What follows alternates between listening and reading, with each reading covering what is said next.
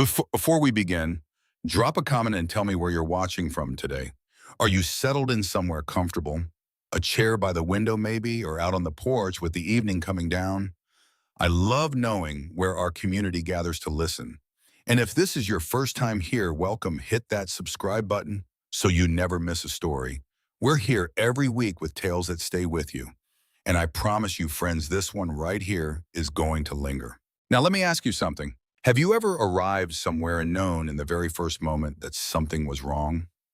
Not dangerously wrong, not catastrophically wrong, just wrong in the particular way that means everyone is looking at you and no one was expecting you, and you have already made some kind of mistake you don't yet understand. That was how Wren Aldgate arrived in Silverbell, Montana territory on a Tuesday afternoon in May of 1886. She stepped off the stage with a small valise in her left hand, Edmund's battered leather travel case on the ground beside her, and the trunk, heavy oak with his initials burned into the lid, being unloaded from the boot by a boy who was clearly regretting the weight of it.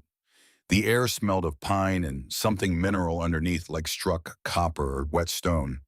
The mountains to the northeast were still snow-capped at the peaks.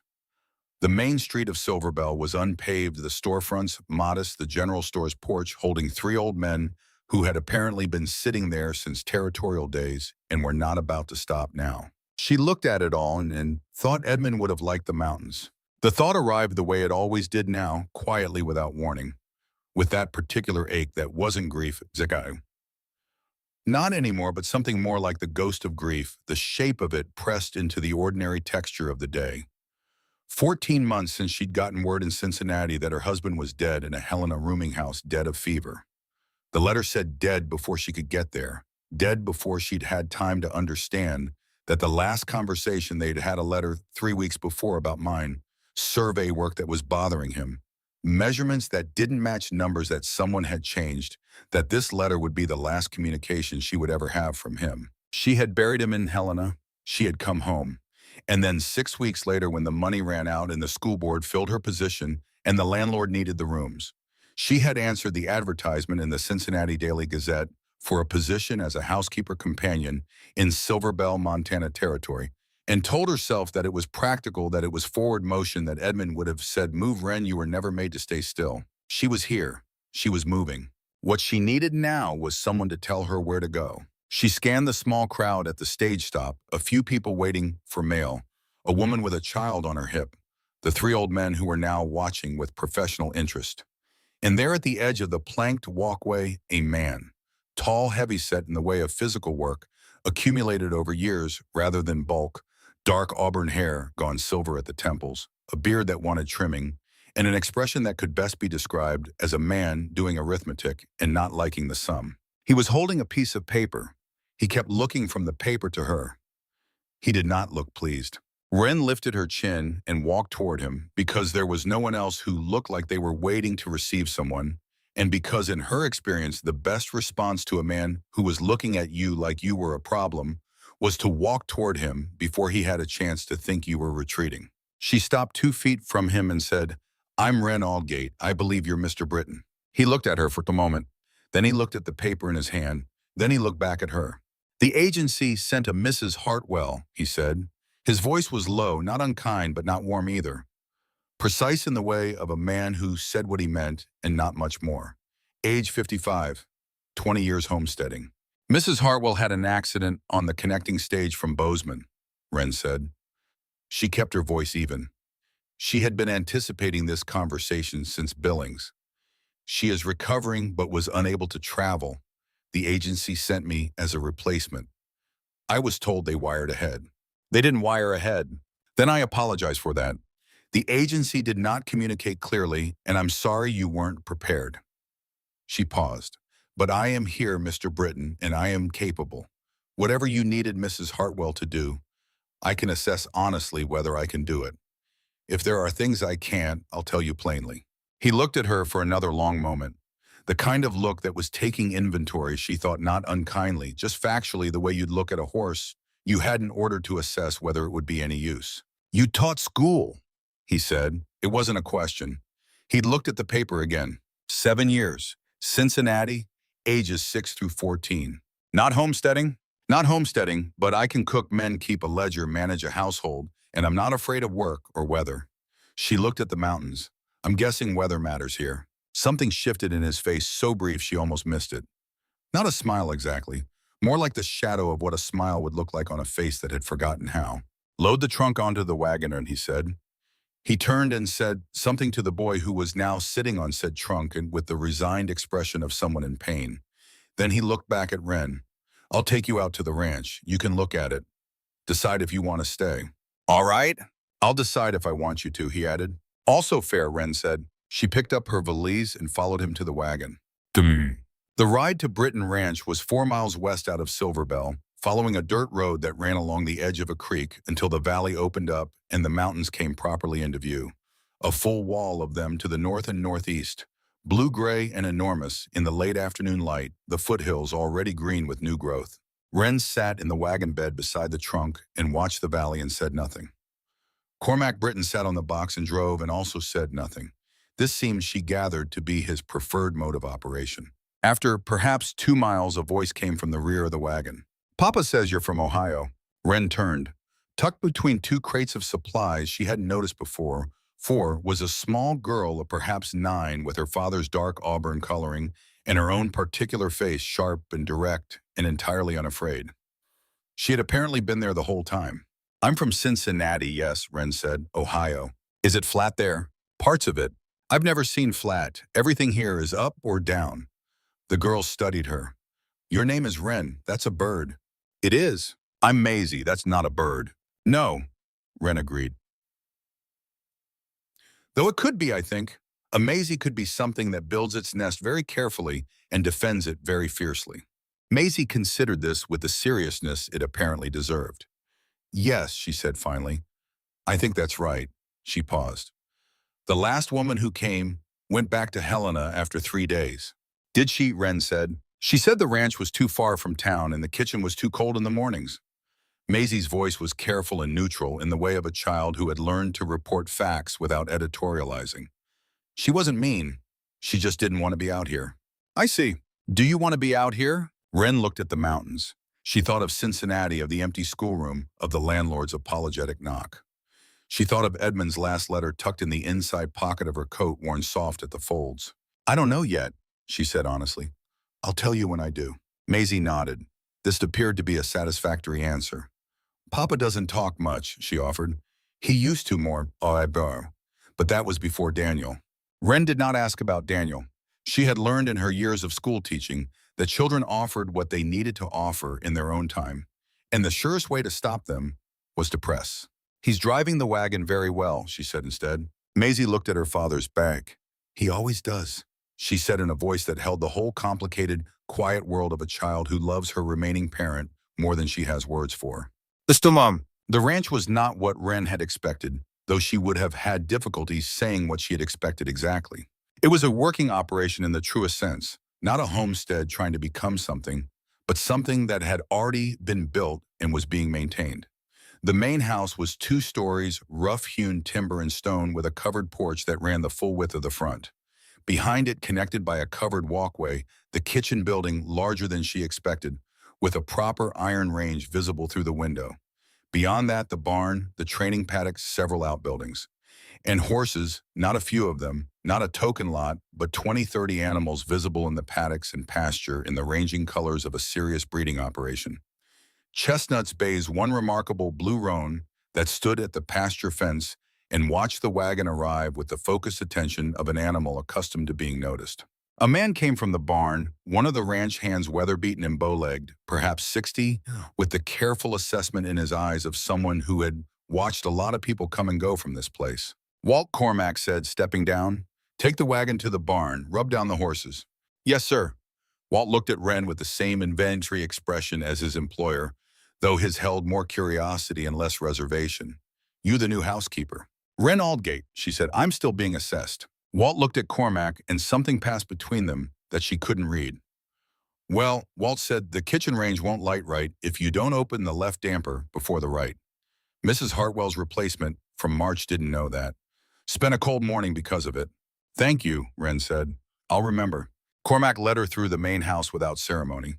Front room, large fireplace, 2 chairs, a table with maps and papers on it, shelves of tools and equipment. Staircase to the upper floor. The kitchen building was connected through a short covered passage. The kitchen itself was functional clean, with the organized clutter of a space that saw real use but whose user had recently stopped caring for it in quite the same careful way. She noticed a coffee cup sitting on the wrong shelf, a wooden box of herbs with 2 empty slots where the jars should be, a stack of mending at the far end of the table that had been there long enough to collect a thin skin of dust. Upstairs, her room small with a window that faced north and the mountains. A bed, a small dresser, a hook on the door. Meals are at 6 noon and 6, Cormac said from the doorway. The ranch hands take their meals in the kitchen. Maisie eats with me. You're welcome to eat with us or separately, your preference. With you, Wren said. If it's all the same, I find I work better when I know the people I'm working for. He looked at her. I'm not complicated, he said. I need the kitchen running, the house managed, Maisie minded in the afternoons. I run the horse operation. I'm out from before dawn most days. All right. The last woman, Maisie told me about the last woman, Wren said not unkindly. I'm not going back because the kitchen is cold. I can get a fire going before anyone is up. He nodded. He turned to go. Mr. Britton. He stopped. What happened to Daniel, she asked. Quiet, not pressing, just the question placed in the air between them. He was still for a moment. Then he said without turning, My son, he died last year. He was 19. I'm sorry. A sound that acknowledged the words without accepting comfort from them. Then he left. Wren stood in the small room with the mountain view and the old wooden floor and listened to his footsteps go down the stairs. She thought about Edmund. She thought about the ledger in the trunk and the false bottom under Edmund's good shirts that she hadn't been able to leave behind. Then she went downstairs and opened the left damper first and got the range going and started on supper. She had been at the ranch 12 days when she found the first thing that did not add up. She was not looking for anything. She was cleaning the front room, working through the accumulated disorder with the systematic patience of a woman who had organized a schoolroom for 7 years and understood that the best way to address chaos was from left to right, methodically without skipping anything. She was sorting the stack of papers on Cormac's table, not reading them, simply stacking and ordering them by size, when she saw the seal at the top of one document. Meridian Survey Associates, Territorial Mineral Rights Division. Her hand stopped. She read it without meaning to. A standard document on its face, a mineral rights assessment for a property in the valley. But the company name, Edmund's last employer, the company that had sent a letter to her in Cincinnati after he died, expressing condolences, returning his personal effects by post, the effects that had not included the navy blue ledger, which she had found later in the lining of his travel case where he must have put it himself. She set the paper down carefully. She stacked the others on the top of it in the same careless order she'd found them. She went back to the kitchen and stood at the window and looked at the foothills and thought for a long, careful time. She didn't say anything that evening. She watched Cormac at supper, the way he listened to Maisie's account of the afternoon's activities, with the patience of a man for whom the child was currently the most important thing in his world. The way he passed the bread before it was asked for. The way he looked at the window when there was a sound outside, alert, not anxious but aware. She watched him and she thought Edmund also noticed things. He was also precise. He also kept his fears close rather than spreading them. She thought, I don't know this man well enough to trust him.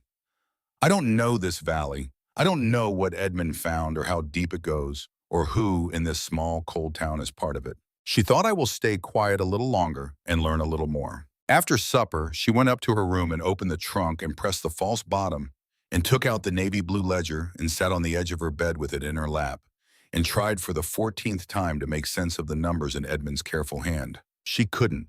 Not yet.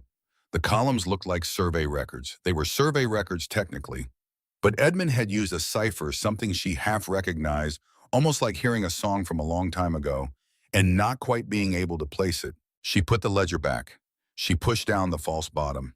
She went to sleep with the mountain wind coming through the gap in the window frame and the sound of horses moving in the paddock below, and her mind working steadily in the dark the way it had always worked best.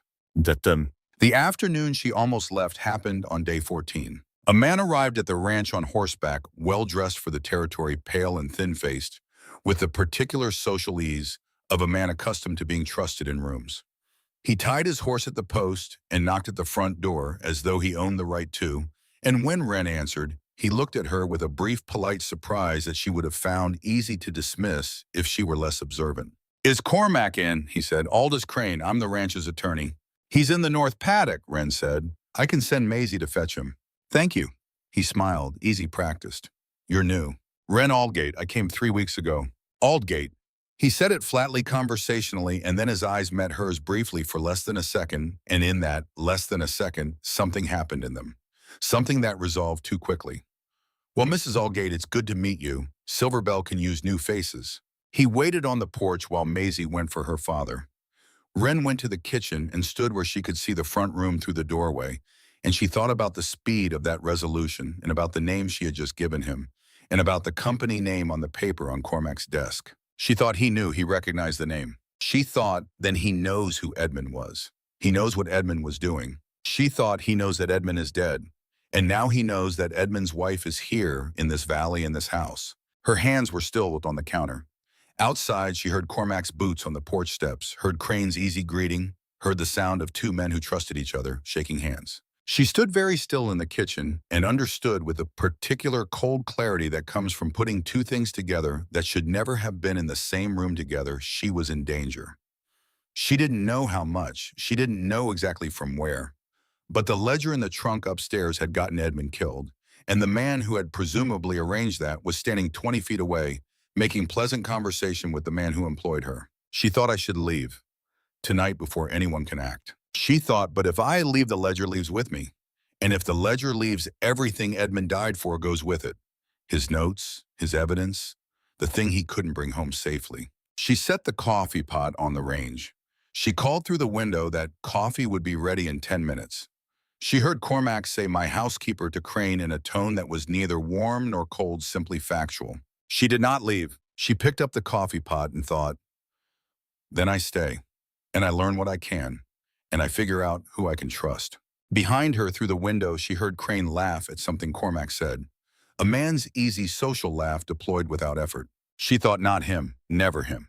The question was whether she could trust anyone else. The trouble with staying, Wren discovered over the following days, was that it required a kind of double attention she hadn't practiced before: the visible work, the cooking and the cleaning and the mending and the morning lessons she'd started giving Maisie because the child had been without a teacher since October and the schoolhouse was sitting empty.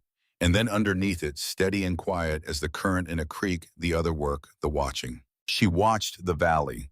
From the front porch in the morning, when she shook out the floor mats, she could see 3 other ranch properties: the Sutton place to the east, the old Garrick homestead due south, and a stretch of unfenced pasture beyond the creek that had, once she gathered from Maisie's casual asides, belonged to a family named Pruitt, who had sold out the previous autumn and gone back east. 3 properties in her line of sight. All 3, she'd come to understand, had changed hands in the past 18 months. She watched the mail. The Britton Ranch's mail came out from town twice a week on Walt's supply runs. Letters mostly. Invoices, a territorial livestock registry publication. And occasionally she noticed letters on cream-colored paper with the Meridian Survey Associates mark in the corner addressed to Cormac that he took to the front room and read alone, and then filed in the paper stack on his desk. She did not touch those letters, but she remembered them. She watched Crane's proxy, a man named Tolliver, who came through Silverbell twice. In the first month she was there, she saw him once in town when she went in with Walt for supplies, a broad-shouldered man in a brown canvas coat with the patient, watchful stillness of someone accustomed to surveillance, standing outside the hotel that she now knew was called the Meridian. He looked at her once and looked away without recognition. She made sure she was talking to the woman at the dry goods counter when he looked, and that she looked busy and local and uninteresting. She reflected, becoming someone slightly different from the woman who had arrived on the stage. The school teacher from Cincinnati was still there, the precision, the patience, the habit of making sense of things. But Silverbell was filing her down in certain ways, making her quieter, making her more careful about what she let show. Maisie in the afternoons was the best part of the day. The child was sharp in a way that school sometimes failed to accommodate. Not book smart exactly, though she took to reading and arithmetic with the focused efficiency of someone who'd been hungry for it, but smart in the way of a person who absorbed information from everything around her and processed it in their own time. She had questions about everything. She had opinions she stated without apology. She had a small horse of her own, a gray pony named Copperhead, a name that puzzled Wren until Maisie explained that the pony had copper-tipped hooves and the name had nothing to do with snakes. "How do you know so much about snakes?" Wren had asked. "Daniel told me." Maisie had said simply and without grief, the way children sometimes discuss the dead as still present, still a source of things. He knew everything about what lives out here. The third week, the incident with the saddle. Maisie took her to the barn one afternoon with the purposeful air of someone who had decided to share a secret. She led Wren past the row of working tack, the heavy ranch saddles, the driving harness, Walt's personal bridle, with the braided cheek piece to the far end, where a saddle hung on a single wooden peg alone, set apart from the others. Not dusty exactly, but not in current use. A fine saddle, well made, the leather worked and broken in by genuine time. "That's Daniel's," Maisie said. Wren stood and looked at it. There was something in the way it hung there, preserved, not packed away, that told her everything about how Cormac Britton was managing his grief. "Nobody uses it," Maisie said. "Papa says it's waiting." "For what?" Maisie didn't answer that directly. Instead, she reached up. She had to stand on a water bucket to reach and turn the saddle around on its peg, showing the underside of the tree. "Look at the cinch," she said. "The strap. Look at where it's attached." Wren looked. The cinch strap was in good repair on its face, clean, leather, intact stitching. But when she looked at the point where the strap met the tree at the billet that secured it, she saw it a cut clean and deliberate across perhaps a third of the billet's width, stitched over with thread that was nearly but not quite the same color as the original. Her breath stopped. She looked at Maisie. The child's face was the careful neutral of someone who had been carrying something and needed it witnessed. "I found it last fall," Maisie said, after the men had already checked everything and said it was an accident.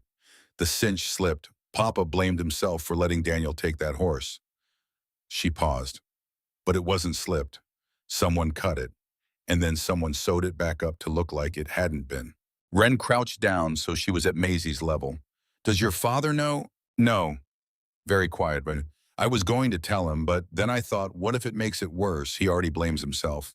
If he knows someone did it on purpose." She stopped, swallowed. "I didn't know who to tell. And then you came." Wren looked at the saddle. She looked at the careful, wrong-colored thread. She thought Crane. She thought Daniel Britton, 19 years old, who was perhaps asking questions too, or getting in the way, or simply a tool used to control his father. She thought this goes deeper than survey documents. She put her hand briefly on Maisie's shoulder. "Thank you for showing me," she said. "You did right." "What are we going to do?" "We're going to be careful," Wren said. "And we're going to find the right moment, and I'll be here when we get to it." Maisie looked at her with the assessment that was her father's in miniature. Then she nodded and climbed down from the bucket, and they walked back to the house together in the late afternoon light, with the weight of what they knew moving quietly between them. That night, Wren sat at the kitchen table long after everyone else was in bed and opened the ledger and stared at the numbers and thought, "Edmund. My careful, precise Edmund. What did you find? What did they kill you for?" And then slowly, something in the columns began to resolve. Not the data, not yet, but the structure of the encoding. The way the numbers were arranged, the particular spacing. She had seen that spacing before. She had taught it in a classroom in Cincinnati to a class of 10-year-olds as a game of cipher, a way to make mathematics into something slightly more mysterious than it had to be. Edmund had used her classroom cipher. He had used the code she taught him. She didn't cry. She pressed her hands flat on the table and breathed, and then she got up and went to bed, and in the morning she got up early and lit the range-left damper first and made breakfast for a man and a child who did not know that the woman cooking their eggs was beginning to understand exactly what had been taken from her and from them and why. She thought I came west because I had nowhere else to go. She thought I'm staying because someone has to. End of part 1 concluded. The thing about learning to see evidence was that once you started, you couldn't stop. Wren had spent her teaching career training children to look at a sentence and understand what it was actually saying rather than what it appeared to say. The same principle applied differently turned out to be surprisingly useful when you were living in a house with a man who was being defrauded by his attorney and didn't know it. She cataloged things as she found them, not in writing. She was careful about that after Edmund, but in the organized space of her own memory, in the ranked and ordered system of a woman who had kept 24 students' progress notes in her head without ever losing track. The meridian-stamped letters that came to Cormac every 3 weeks.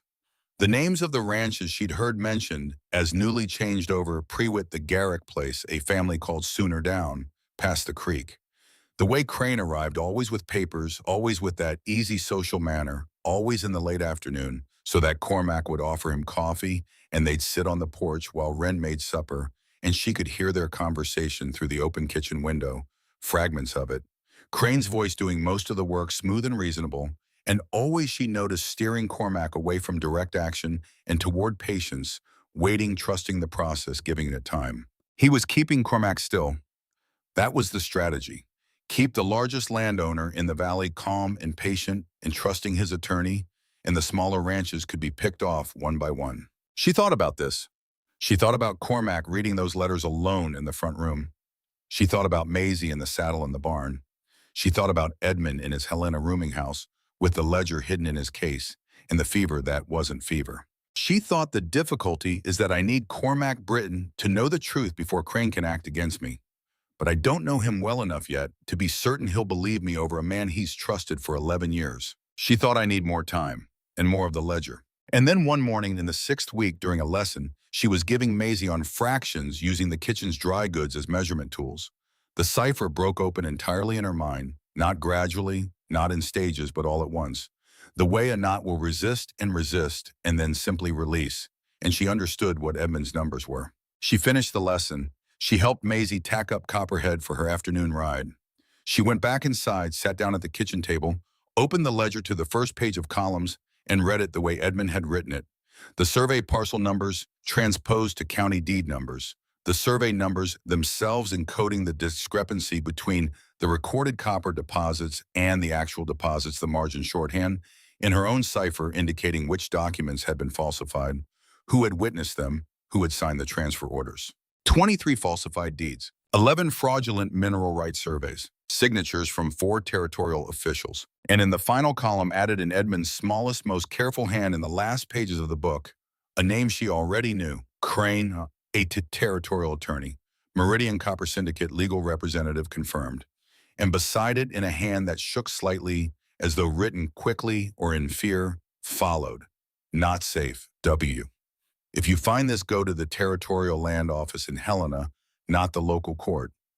Local court is compromised. I love you. Be careful. She sat for a long time with her hands flat on the table and her husband's last words to her in front of her.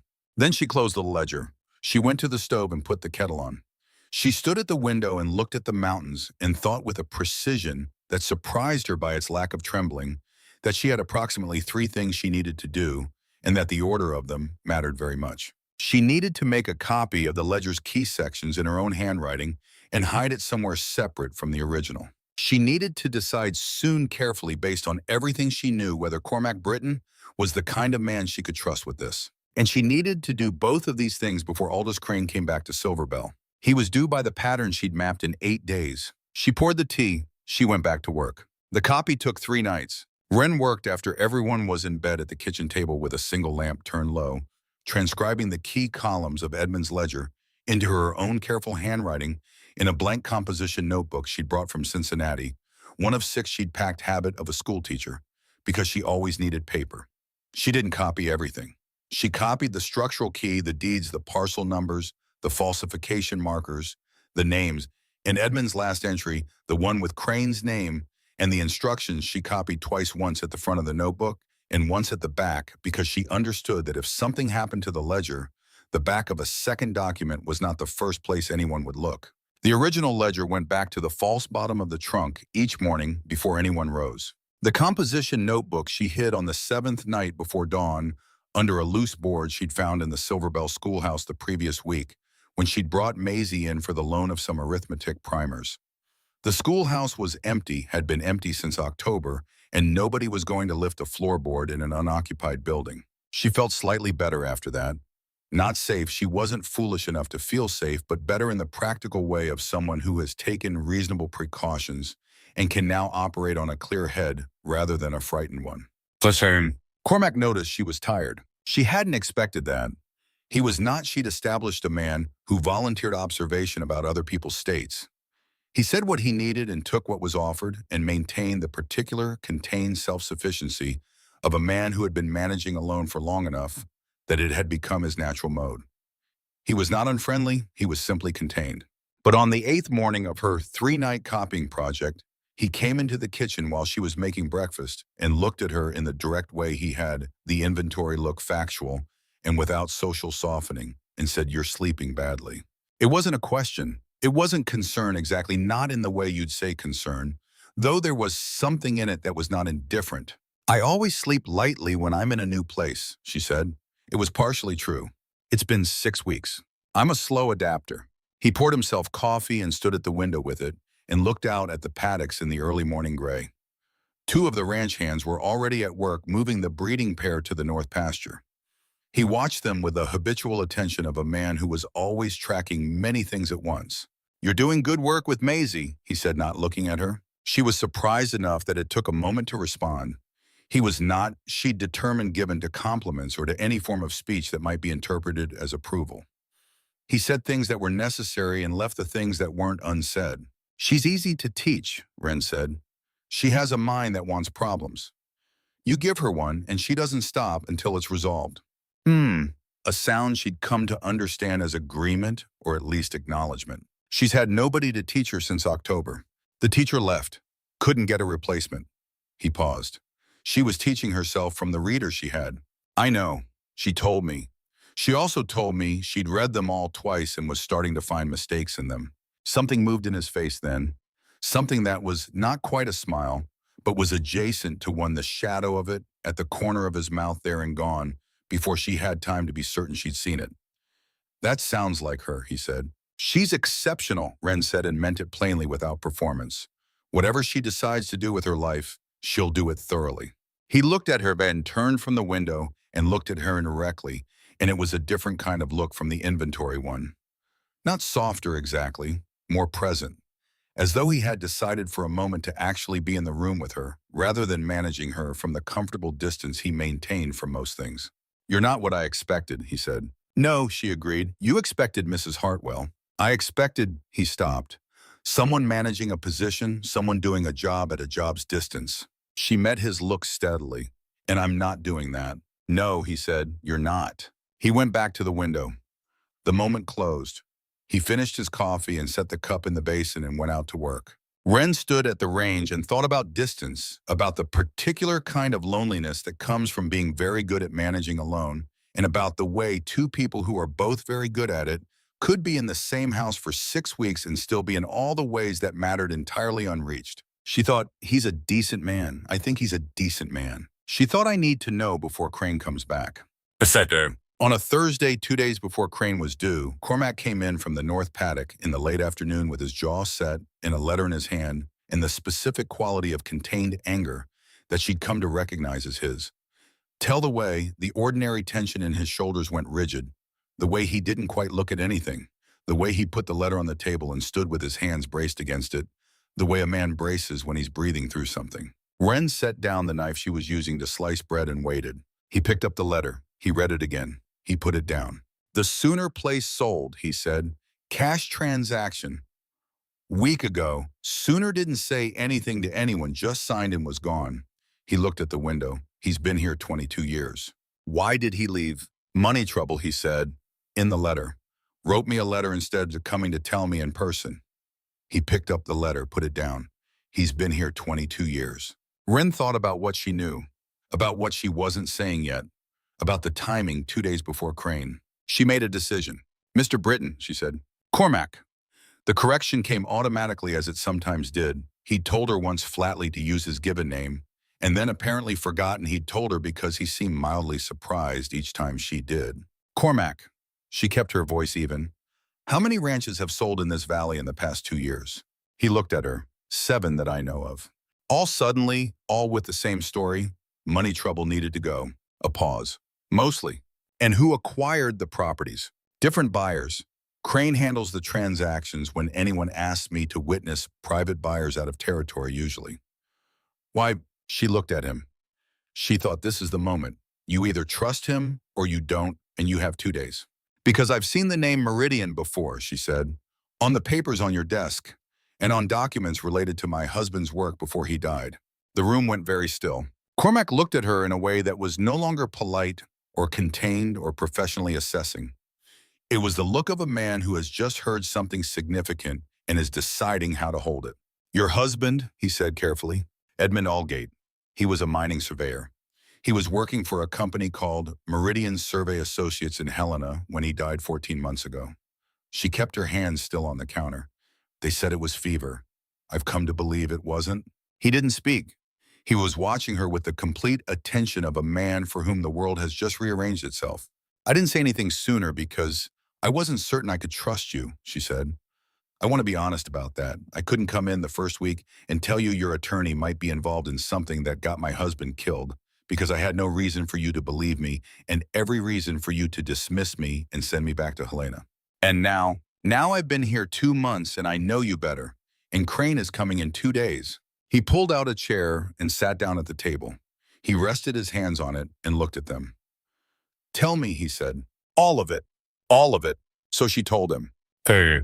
She talked for a long time longer than she'd expected, because once she started, she found there was more than she'd been consciously cataloging. The Meridian name on his papers. Daniel's saddle with the cut billet. The pattern of the land sales. Edmund's ledger and the cipher, and what it said. Crane's face when she'd introduced herself as Wren Aldgate. Cormac sat and listened. He did not interrupt. He did not make sounds of sympathy or disbelief. He listened with the quality of attention she'd first noticed in him when Maisie was telling him things total without reservation, as though what he was hearing mattered too much to be processed through the interference of his own reactions. When she finished, there was a silence. Daniel's saddle, he said finally. Yes, he was very still. She could see the things moving through him. The grief, the retrospective fury, the specific horror of a man who has been blaming himself for 2 years for something that wasn't his fault and is only now being told. She watched him hold it. She did not try to say anything that would ease it, because she had learned in the school and in the years after Edmund that some things needed to be held rather than eased. I didn't see it, he said, very quiet. You weren't looking for it, she said. You had no reason to look. You trusted him. I trusted him. The words landed like stones dropped in water. 11 years. I know. He pushed back from the table and stood. He walked to the window and stood there with his back to her, and she let him stand there. Outside, Walt was crossing the yard with a lantern. The evening was coming down over the mountains, and the first stars were appearing at the top of the sky, where the light hadn't quite reached yet. The ledger, he said, without turning, it's in the trunk. The original, yes, the copy is elsewhere. He turned then. You made a copy and hid it. 2 days ago, before I told you. Because I needed to be certain that even if something went wrong after I told you, the evidence wouldn't disappear. He looked at her for a long moment. That was smart, he said. No inflection, simply a fact acknowledged. I've been careful, she said. I learned from Edmund that being careful only gets you so far, but it helps. He sat back down. He put his hands on the table and looked at them, and then he looked at her, and she saw it. The thing she'd been looking for. The thing she'd needed to know, which was what kind of man he was when the situation became real. Not the contained ranch manager, not the careful widower, the man underneath, solid and slow to act, and now having acted fully committed. What do we do, he said. She had thought about this. Crane comes the day after tomorrow, she said. We do not tell him anything. We behave exactly as we've behaved.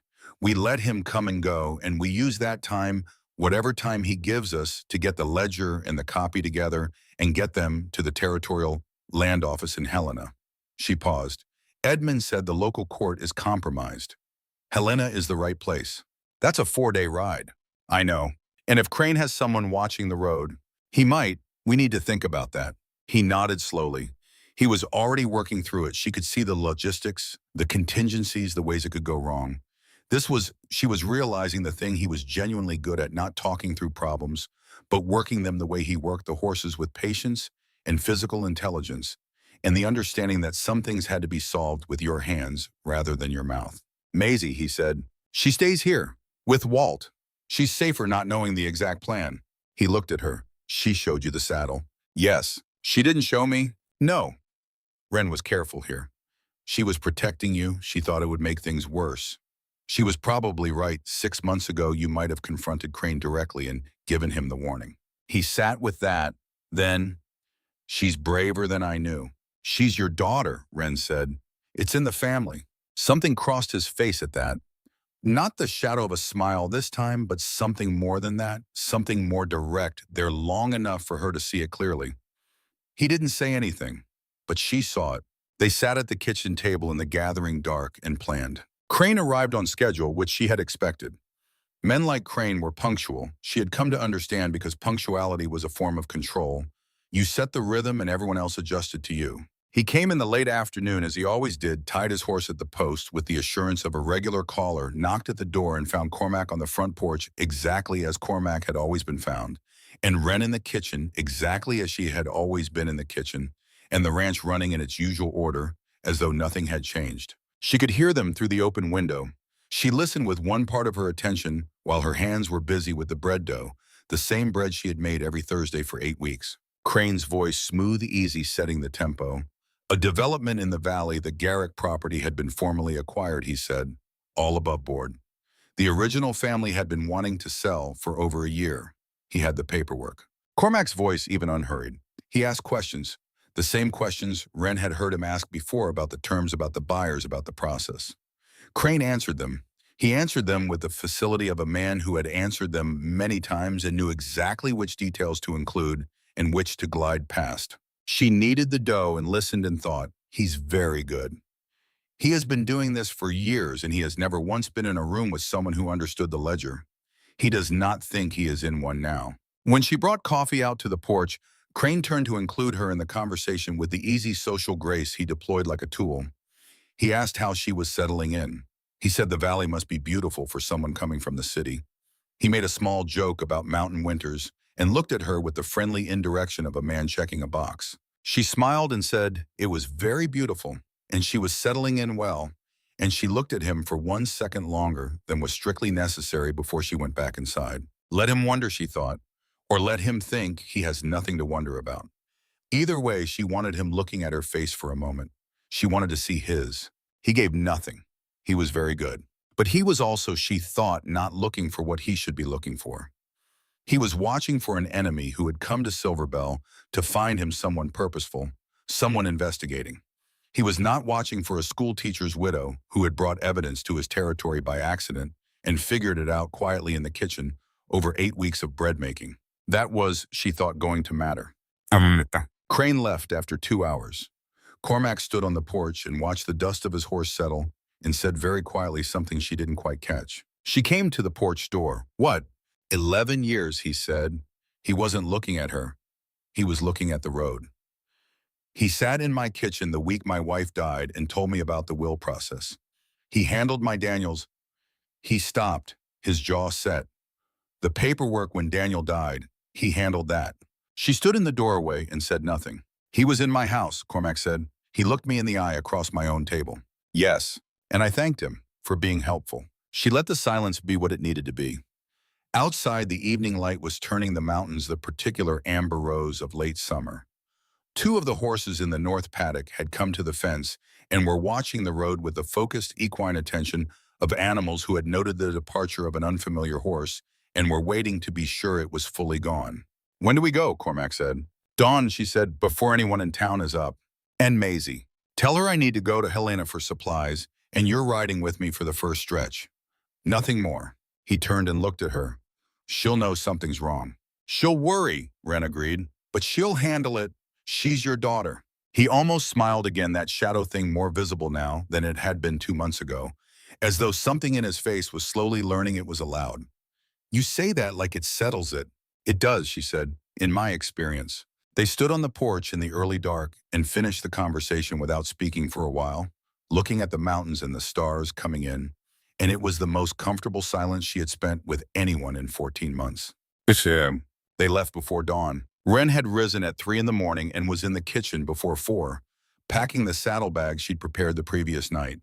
The Ledger original navy blue Edmund's last work wrapped in oilcloth in the center of the bag, the oilcloth wrapped in a spare shirt of Cormac's that she'd borrowed for the purpose.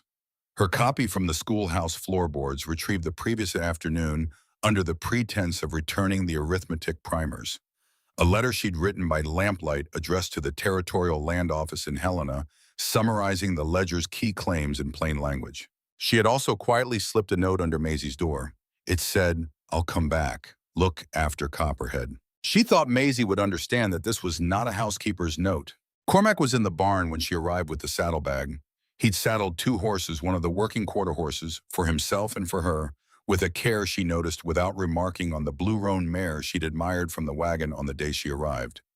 She was a smooth-gaited animal, Cormac said, handing Wren the reins. Better for a long ride than the others. "Have you ridden much?" he asked. "Enough," she said.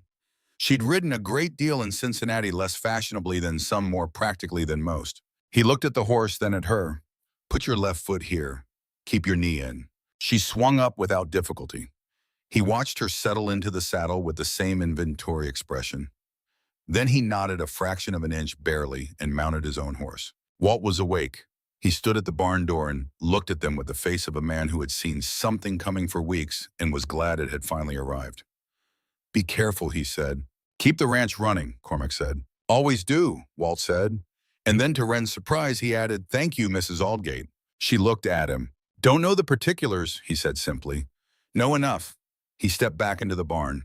They rode out through the gate in the dark, the roan's hooves quiet on the soft earth, the mountains enormous and silent in the pre-dawn, and Wren rode with Edmund's ledger against her side, and the cold Montana air coming down from the peaks, and the sense for the first time in a very long time of moving towards something rather than away. They rode for 3 hours before they stopped. The sun had come up proper behind them, warming the backs of their necks, and the road north wound through the foothills in long switchbacks that gave them good sight lines in both directions. Nobody behind them. The valley had dropped away to the south Silverbell, invisible at this distance, only the smoke from a few early morning fires visible at the horizon. They stopped at a creek crossing to water the horses, and Wren climbed down carefully, working the stiffness out of her legs. She hadn't ridden this far in years. She did not complain about this. Cormac was watching the road north. He had that quality of stillness that she'd come to associate with genuine alertness, not anxious, not watchful in the suspicious way, but the particular attention of a man who knew the territory and was reading it. "Tolliver," she said, "Crane's man, the one I saw outside the hotel. You should know he exists. Broad fellow, brown canvas coat. You've seen him. He's been through the valley 3 times since winter. Asked about land values. I thought he was prospecting." Cormac looked at her. Crane introduced him as a business associate. "He's not a business associate," she said. "He's enforcement." He said nothing. He watered his horse and looked at the mountains. "What are you thinking?" she asked, which was not the kind of question she generally asked directly. She usually waited, but they were 4 hours north of a man who might figure out they were gone before nightfall, and she found she wanted to know. He looked at her with the direct gaze that still sometimes caught her slightly off guard, because it was so completely without social management, no strategy in it, no performance. Just the fact of looking. "I'm thinking," he said slowly, "that I've spent 2 years blaming myself for Daniel. That I've spent 11 years relying on a man who was the architect of my son's death. And that the person who figured this out and is sitting here at this creek in Montana territory with my dead son's evidence in a saddlebag is a school teacher from Cincinnati who's been here 8 weeks. Wren looked at her horse. "You're not wrong about the timeline. I'm not wrong about any of it." A pause. "I haven't been looking at things clearly. Since Louisa, since Daniel, I've been managing, keeping it together, not looking." "You had a great deal to keep together. That's not an excuse." "No," she agreed. "It's a context." He was quiet for a moment. The creek ran around the horse's legs with the precise indifference of water that has somewhere else to be. The mountains were fully lit now, the snow caps gleaming. "Why did you stay?" he asked. "You knew the danger by day 14. You could have taken the ledger and gone straight to Helena yourself." She had thought about this. She had a careful, accurate answer ready that was also, she realized now, true in ways she hadn't quite let herself examine. "Because Edmund's evidence pointed to a network," she said. "Not one man, not one deed, a network. To dismantle it, you need more than the ledger. You need the names of the people who held the deeds when they were transferred, the witnesses, the pattern of the sales. I didn't have those. You did. Your records, your 11 years of dealing with Crane, Your knowledge of who sold what and when, that's the other half of the case. He looked at her. Also, she said after a moment, Maisie. Maisie, he repeated. I couldn't leave without knowing she understood the saddle. I couldn't leave and let that go unwitnessed. He looked away down the road north, and she watched him process the child's loyalty, the evidence she had been carrying the 8 weeks in between. She watched him understand that his daughter had chosen correctly about who to trust and that the choice had ultimately protected them both. She's exceptional, he said. He was using her word. She thought he probably didn't notice that. She is, Wren agreed. They remounted. They rode north. The morning opened into a long, clear summer day, the kind that Montana does in full when it's decided to the sky enormous and blue above the foothills. And they rode at a steady pace that the horses could maintain without effort. And after a while, Cormac said, not looking at her, the road being a reasonable thing to look at, what was he like, your husband? She took a moment. Precisely, she said, patient. He had a way of explaining things. He could take a complicated survey measurement and describe it so that anyone could understand it. He liked that, making difficult things clear. She paused. He laughed slowly. It would take him a moment to decide something was funny, and then he'd laugh all at once very fully. I always liked that. How did you meet? He was a parent of one of my students, his nephew. He came to a school recital and stayed to ask questions about the curriculum. A pause. He always said he fell in love with me when I explained long division to a room full of 9-year-olds and made them all understand it. Cormac rode for a moment. That's specific. Edmund was specific, she said, about everything he valued. They rode. The road curved around a granite outcrop, and the valley disappeared entirely behind them. And there was nothing in any direction but mountains and sky in the road going north. And Wren thought, I am 4 hours north of everything that has happened to me in the last 8 weeks, and I am riding toward a city that doesn't know what I'm bringing, and beside me is a man I didn't know existed 3 months ago.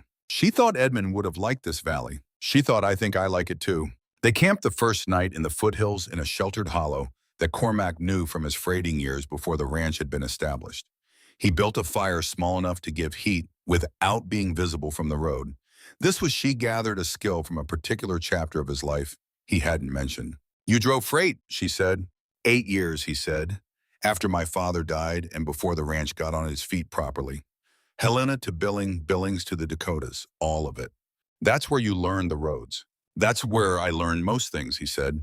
He was turning the fire with a stick, adjusting the position of the smaller branches with the automatic precision of long practice.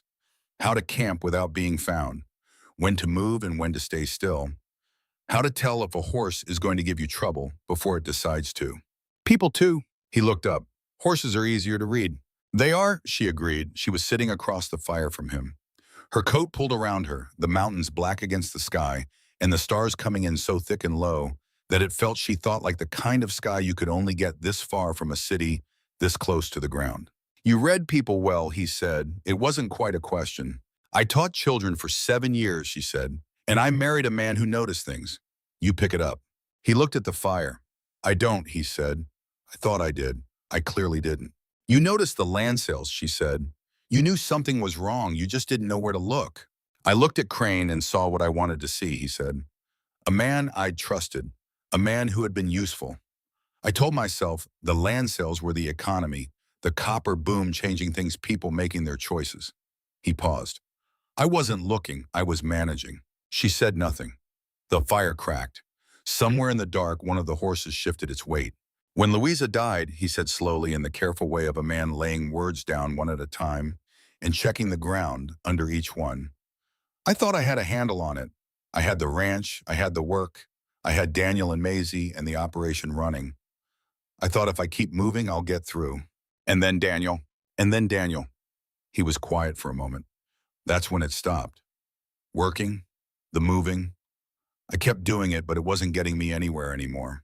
I was just running in place. He looked at the fire. I thought hiring someone for the house would help. Something practical, something that would manage one more thing. He paused. I didn't expect it to matter. The person who came. Wren looked at the fire. I didn't expect Montana to matter either, she said. I was surviving. Forward motion. The way you do when you're running in place. He looked at her. That's across the fire, the small flames between them, and it was a look that was not the inventory look, not the direct fact look, not the shadow of a smile. It was something more exposed than those, something that had set down the management of itself for a moment and was simply there with all the weight of 2 years of loss and the recent particular cost of trust betrayed. She looked back. Neither of them said anything. The fire burned. The mountains held the dark. And something shifted between them that was not declared and not acted on. Not that night, but that was nonetheless there placed in the space between them, like a lamp set carefully on a table present, burning steadily, illuminating what it illuminated. "Sleep," he said eventually. "Long day tomorrow." "Yes," she said. She wrapped herself in her blanket and listened to the horses and the fire settling, and thought about Edmund and about the ledger against her side, and about the road north, and about the particular quality of a man who tells you the truth about himself at a campfire in the dark, because he has decided you're worth telling. She thought, "I have not been anywhere that felt like forward motion in 14 months. She thought, "I think I am moving now." They came into Helena on the second afternoon. The capital was not what Wren had expected the second time around. The first time she'd come to Helena 14 months ago, it had been the city of Edmund's death, a rooming house on Lawrence Street, a body that had been there 2 days before anyone noticed a landlord who was apologetic and unsure what to do with the widow who'd taken the overnight train from Bozeman. She had arranged the burial and gathered Edmund's things and gone home in a fog of grief so thick she couldn't remember the city's face. Now she rode in from the south on the blue roan Cormac beside her, the ledger in the saddlebag against her thigh, and Helena presented itself as what it actually was, a growing territorial capital, with substantial brick buildings and telegraph offices, and a political complexity she could feel in the way the streets moved. The urgency of it, the sense of money and government interleaved at every corner. "You've been here before," Cormac said. "When Edmund died." She kept her voice even. He looked at her, the fact look checking. "All right." "Yes," she said. She meant it. The Territorial Finance Office was on Last Chance Gulch in a brick building that tried to project governmental solidity and mostly achieved it. They tied the horses and Wren took the saddlebag and they went in. The clerk at the front desk was young and precise and became extremely attentive when Wren placed the ledger on his desk and said quietly that she had documentary evidence of a land fraud network operating across 4 counties in the territory implicating a licensed territorial attorney, and that she had reason to believe the local Silverbell Circuit Court was compromised. He went and got his supervisor. The supervisor, a man of 50 with the bearing of a former military officer, listened to Wren for 20 minutes while she walked him through the ledger's key columns and her decoded notes. Cormac sat beside her and provided the supporting documentation, his own records of the land, elves in the valley, the names of the transferred properties, the dates. Together, the picture was, she thought, impossible to misread. The supervisor read. He made notes. He asked precise questions that told her he understood what he was looking at. At the end of the 20 minutes, he said, "Mrs. Aldgate, can you explain how your husband came to develop this encoding system?" "He used a classroom cipher I taught to school children," she said. "He knew I'd recognize it if something happened to him." She paused. He was careful. He knew he was in danger. The supervisor looked at the final page of Edmund's ledger, the last entry, the shaking hand, the name Crane, and the instructions. He read it twice. "He was very careful," he said. "Yes," she said, "he always was." The supervisor looked at Cormac. "Mr. Britton, you're the current landowner of record at Britton Ranch, Silverbell Valley." "I am," Cormac said. "And your attorney of record for the past 11 years is Aldous T. Crane," was Cormac said. The supervisor nodded slowly. Then he stood up and said he needed to make some arrangements, and would they please wait. They waited. The arrangements took 3 hours, during which a federal marshal came and spoke with Wren separately, and then a territorial judge arrived who was not the judge Edmund had flagged as compromised. And then there were more questions and more notes, and at some point someone brought coffee, which she accepted with genuine gratitude. Cormac sat beside her through all of it with the quality of presence she had come to rely on, not intervening, not performing, simply there, solid as the granite in the foothills present, in the way that was beginning to feel. She let herself acknowledge this finally in the back of her mind, where she kept the things she hadn't decided to say yet necessary, not just useful, necessary. It was past 7 in the evening when the supervisor came back with a look on his face that was carefully neutral in the way of a man managing significant news. "Mrs. Aldgate," he said. "Mr. Britton, there is a development." He set a telegram on the table. It had come in, he said, 2 hours ago from the Silverbell Telegraph Office. It was addressed to the Territorial Land Office, which meant she understood immediately that Crane had someone watching the telegraph line. The telegram read, Mrs. Aldgate brought falsified documents to Helena.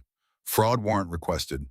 Crane a T. Wren looked at the telegram. She looked at the supervisor. He moved faster than I thought, she said. He has connections in this office, the supervisor said. Not, he raised a hand, not me, not the marshal. But there is a deputy clerk who has been on Meridian's payroll for we now believe approximately 4 years. He folded the telegram. He won't be here tomorrow. The warrant, Cormac said, is not valid, the supervisor said, because the underlying claim that the documents are falsified is demonstrably false. We've had 2 of our own surveyors examining your husband's ledger for the past 90 minutes, Mrs. Aldgate. The deeds it references are on file. The discrepancies are real. Wren let out a breath she hadn't known she was holding. However, the supervisor continued, Mr. Crane is a licensed attorney with 11 years of territorial standing and connections in the circuit court, as your husband apparently understood. He looked at her. He will not go quietly, and he will attempt to discredit you before this goes to full proceedings. What do we need? She asked. We need to execute a warrant for Crane's arrest and the seizure of the Meridian records before he has time to act. He paused. For which we need the original ledger which you have and your sworn testimony.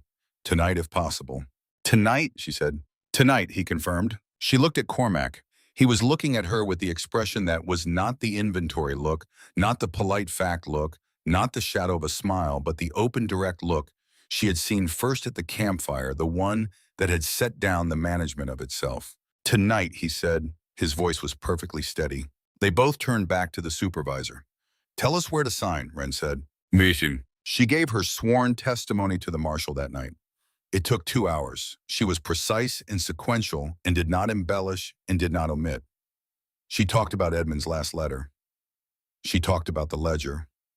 She talked about arriving in Silverbell and the Meridian name on Cormac's papers in Crane's face when he heard her name. She talked about Maisie in the saddle. The marshal's expression at the saddle was the first time it shifted from professional neutrality, a flash of something anger or grief, or both that he controlled quickly but didn't fully manage. The boy was 19, Cormac said. It was the first time he'd spoken in the testimony session. He said it quietly with no performance, the way you state a thing that you are not yet finished being angry about. Yes, sir, the marshal said. I understand. They slept at a boarding house that night. Wren lay awake for a long time in the dark, listening to the sounds of Helena street noise, a distant piano horses, on the cobbled street below the window, and thought about Maisie alone at the ranch with Walt, and about the note she'd left under the door, and about the fact that Crane now knew where she was. She thought the copy is still in the schoolhouse. Whatever happens to the original, the copy exists. She thought tomorrow the marshal goes to Silverbell. She thought, Edmund, we did it. You did it. You left me enough. In the morning, Cormac was in the boarding house dining room when she came down, 2 cups of coffee on the table, and he looked up when she appeared and said, There's a telegram from Walt. Her breath stopped. He held it out. She read it. Crane came last night, asked for you. I said Helena for supplies. He asked about the trunk. I said it was in your room. Maisie fine. Tolliver watching the road. Come back. She read it twice. Then she set it down. Crane went to the ranch, she said. He went to the ranch, Cormac confirmed. He's making sure he has the leverage before the warrant arrives. He was very still in the particular way that was not stillness, but compressed motion, the way the horses went before they moved. He threatened Walt. Walt didn't tell him where the ledger was. Walt doesn't know where the ledger is. No, she said. She thought about Maisie alone in her room, understanding something was happening, waiting. We need to go back. The marshal goes today, Cormac said. We leave with him. She looked at him across the table with the coffee cups between them, and the morning light coming through the boarding house windows, and the mountains visible through the glass, white-tipped and enormous and indifferent to the small, precise dramas of human events. You didn't have to come to Helena with me, she said. You could have given me the records and let me go alone. No, he said, I couldn't. It was, she thought, probably the most direct thing he had said to her since she arrived at his door 4 months ago. He said it in the way he said things factually without performance, because it was simply true, and he saw no reason not to say so. She looked at her coffee. She looked at the mountains. She thought about Edmund, who would have laughed eventually fully at the precise series of contingencies that had brought her here. All right, she said, let's go get Maisie. They rode back south with the marshal and 2 deputies, which changed the nature of the journey in every practical sense. The pace was different, faster, purposeful. the easy sightseeing quality of the northward ride replaced by the urgency of return. The marshal was a compact man of 50 with the economy of motion of someone who had been doing this long enough to stop performing it, and he rode with the efficiency Wren had come to respect in people who were very good at a serious thing. Cormac rode at her side, and they didn't talk much, not because there was nothing to say, but because the day called for attention rather than conversation. Tolliver was on the road somewhere. Crane was at the ranch, or had been. Walt and Maisie were waiting. She rode with the ledger in the saddlebag and thought about the copy in the schoolhouse and the note she'd left Maisie in the 16 months between Edmund's death and this road south through the Montana foothills. And she thought, I was not looking for this. I was looking for forward motion. And sometimes forward motion takes you to the exact place you needed to arrive.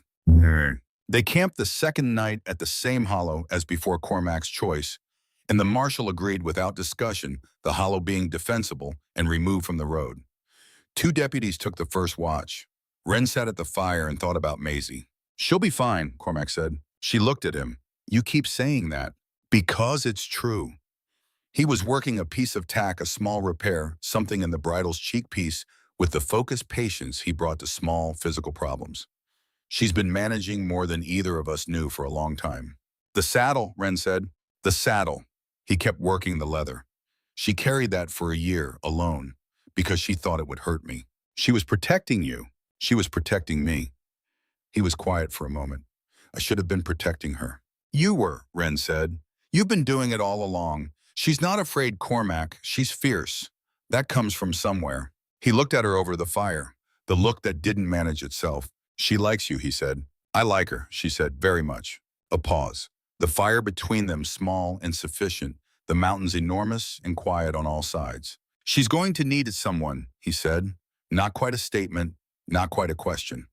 The precise midpoint between them laid down carefully the way he laid words down. I know, Wren said.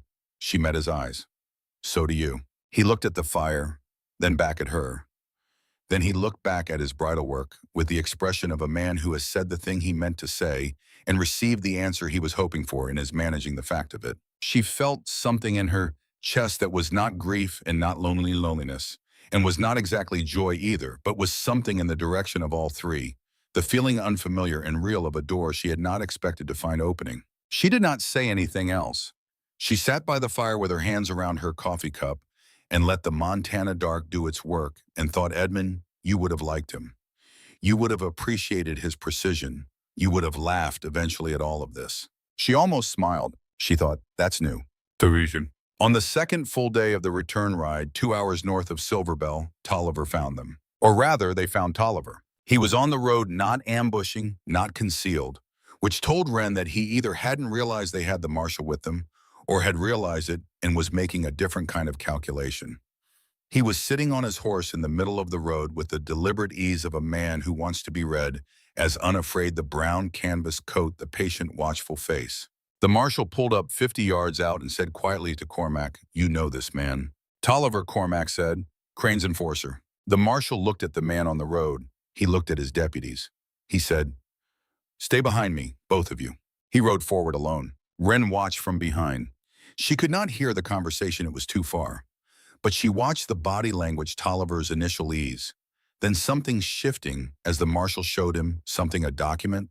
The warrant, she thought, then a stillness that was not ease anymore. Then the slow dropping of his hand from the proximity of his coat where she suspected he kept his weapon. Then the marshal turned his horse and rode back. He'll come in, the marshal said, peacefully. He didn't sound surprised. These men generally do when the warrant is federal. Tolliver came in. They rode the last 2 hours into Silverbell in a very different kind of procession than any of them had imagined. Yeah. The town was midday quiet when they rode in, and then not quiet as people came out of the general store, and the hotel and the feedlot to look at the marshal and the 2 deputies and the man in the brown canvas coat riding without freedom of motion between them, and then at Cormac Britton, and the woman who had been at his ranch for 4 months and was now riding at his side with the particular quality of someone who had been somewhere important and come back from it, changed. Wren looked at the hotel as they passed it, the Meridian. The sign said in letters that were going to mean something very different very soon. She rode through the town and looked at the schoolhouse as they passed the small white building, with the closed door and the arithmetic primers visible on the window ledge, and somewhere under its floor in the composition notebook, Edmund's evidence preserved in duplicate, still waiting. They went to the sheriff's office first. The marshal went inside with Tolliver. Cormac turned his horse toward the ranch road. Maisie, Wren said. Maisie, he confirmed. They rode the 4 miles together in the late afternoon light, with the valley opening around them, green and brown and gold, the mountains ringing it on all sides, the Britton Ranch visible at the western edge, with the smoke from the kitchen chimney already going, because Walt, she thought, would have had the fire going by 3 in the afternoon on the chance they'd be back. She was right. Walt was standing at the barn door when they came through the gate, and he looked at them with the expression of a man who has been keeping everything running by will alone for 4 days and is enormously relieved to hand it back. Marshall's in town, Cormac said. Heard, Walt said. Word travels. He looked at Wren. She's inside. Wren dismounted. She walked to the house. She went through the front door and through the kitchen passage and into the kitchen, which smelled of the wood smoke and the bread she had been making every Thursday, and the herbs in the window that she'd replaced because the old ones had gone dry, and at the kitchen table with a book open in front of her, and an expression of elaborate unconcern that she'd clearly been practicing for at least the past 10 minutes was Maisie. She looked up. You came back, she said. I said I would, Wren said. Maisie looked at her for a moment with the assessment that was her father's in miniature. Then she said simply, Did it work? Yes, Wren said. It worked. Maisie's face did something complicated, the careful, neutral cracking, just slightly into something that had been held behind it. She nodded. She looked down at her book. Wren sat down across from her. She didn't reach across and take the child's hand because Maisie was not the kind of child who was reached for. She was the kind who, when she was ready, reached. She simply sat there in the kitchen that she'd been keeping for 4 months and waited. After a moment, Maisie looked up and said, Are you staying? Wren thought about Cincinnati, about forward motion, about the door she'd felt opening at the campfire. Yes, she said. Maisie nodded again. She picked up her book. But her hands, Wren noticed, were very still. The stillness of someone managing the force of feeling something they had not let themselves feel until they knew it was safe. From outside, she heard Cormac's footsteps on the porch. The days after the arrest moved in the strange double time of an event that has resolved but not yet settled fast in the practical work, slow in the emotional adjustment that such work reveals once the urgency is gone. The marshal arrested Crane the following morning at the hotel where he had apparently spent the night making arrangements to leave the territory. The arrest was quiet. Crane did not shout or rage. He looked at the warrant with the expression of a man reading a document he has been half expecting for a very long time. He said nothing of substance. He asked for his attorney, which the marshal pointed out was a particularly interesting request given the circumstances, and then Crane said nothing further. Tolliver went to the territorial jail in Helena the following week. The deputy clerk, who'd been on Meridian's payroll, resigned by telegram. 4 other names in the territorial records were flagged for investigation. The deeds were frozen pending review. The families who had sold the Pruitts, the Sooners, the Garricks, the others were notified that their transfers were under investigation. Several of them, Wren heard from the general store, were already being contacted by territorial investigators about potential remediation. None of that was fast, none of it was simple.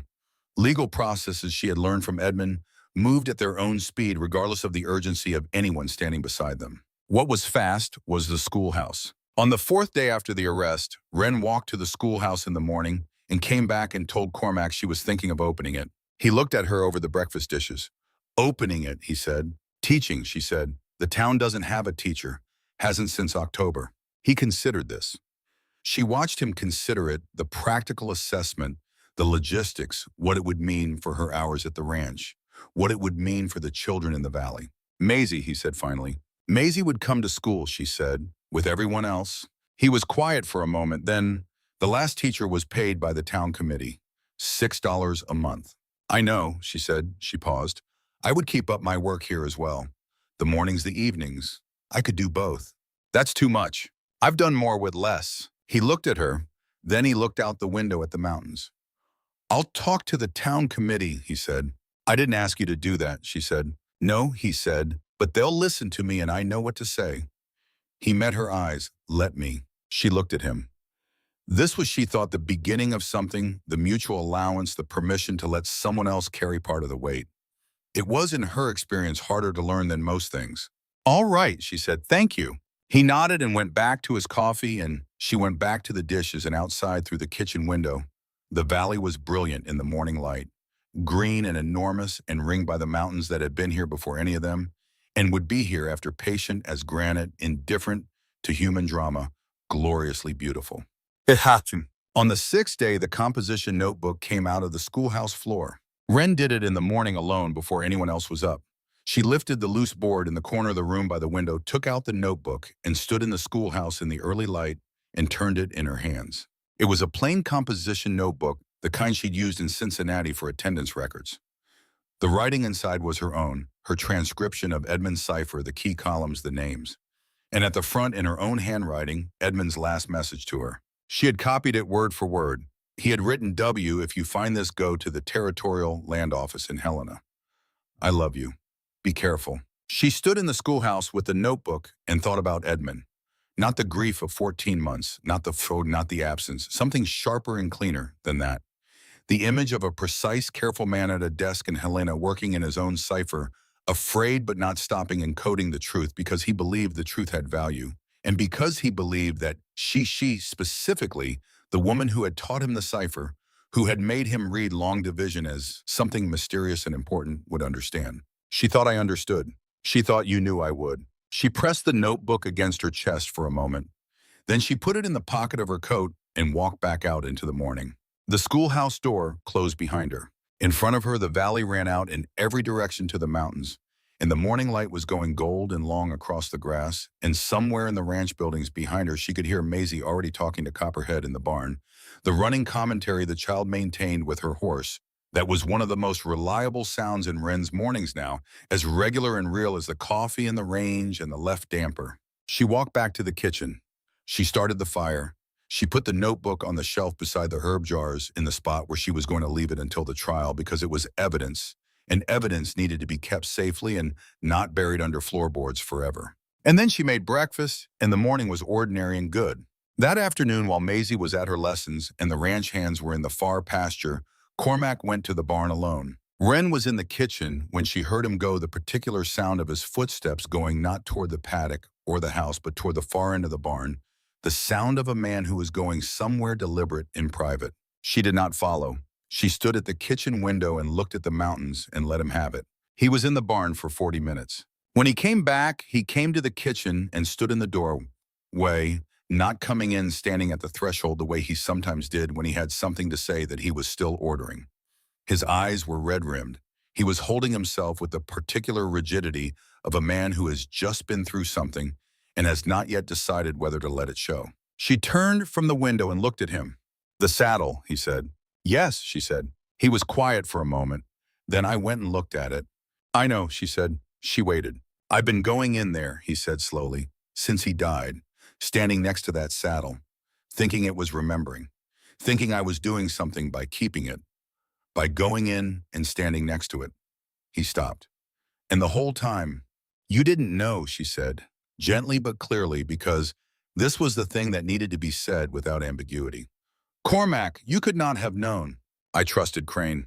"Yes, you trusted a man you had every reason to trust. And he used that. What he did to Daniel, that's his crime. His, not a failure of yours." He looked at her with the open look. For a long moment, the kitchen held the particular silence of two people in the same room at the same table in the same difficulty, which is the only real kind of together there is. "I blamed myself," he said. 2 years. "I know. I kept going over it. What I said to him that morning. Whether I pushed him too hard. Whether I should have." He stopped. "None of it would have mattered," she said quietly. The cinch was already cut. He stood in the doorway and held this. She watched him hold it, the grief and the fury, and the retrospective restructuring that was going to take time, much more time, because 2 years of blame doesn't dissolve in a week. But the beginning of it, yes, she could see that. "I'm going to need a while," he said. "Yes," she said.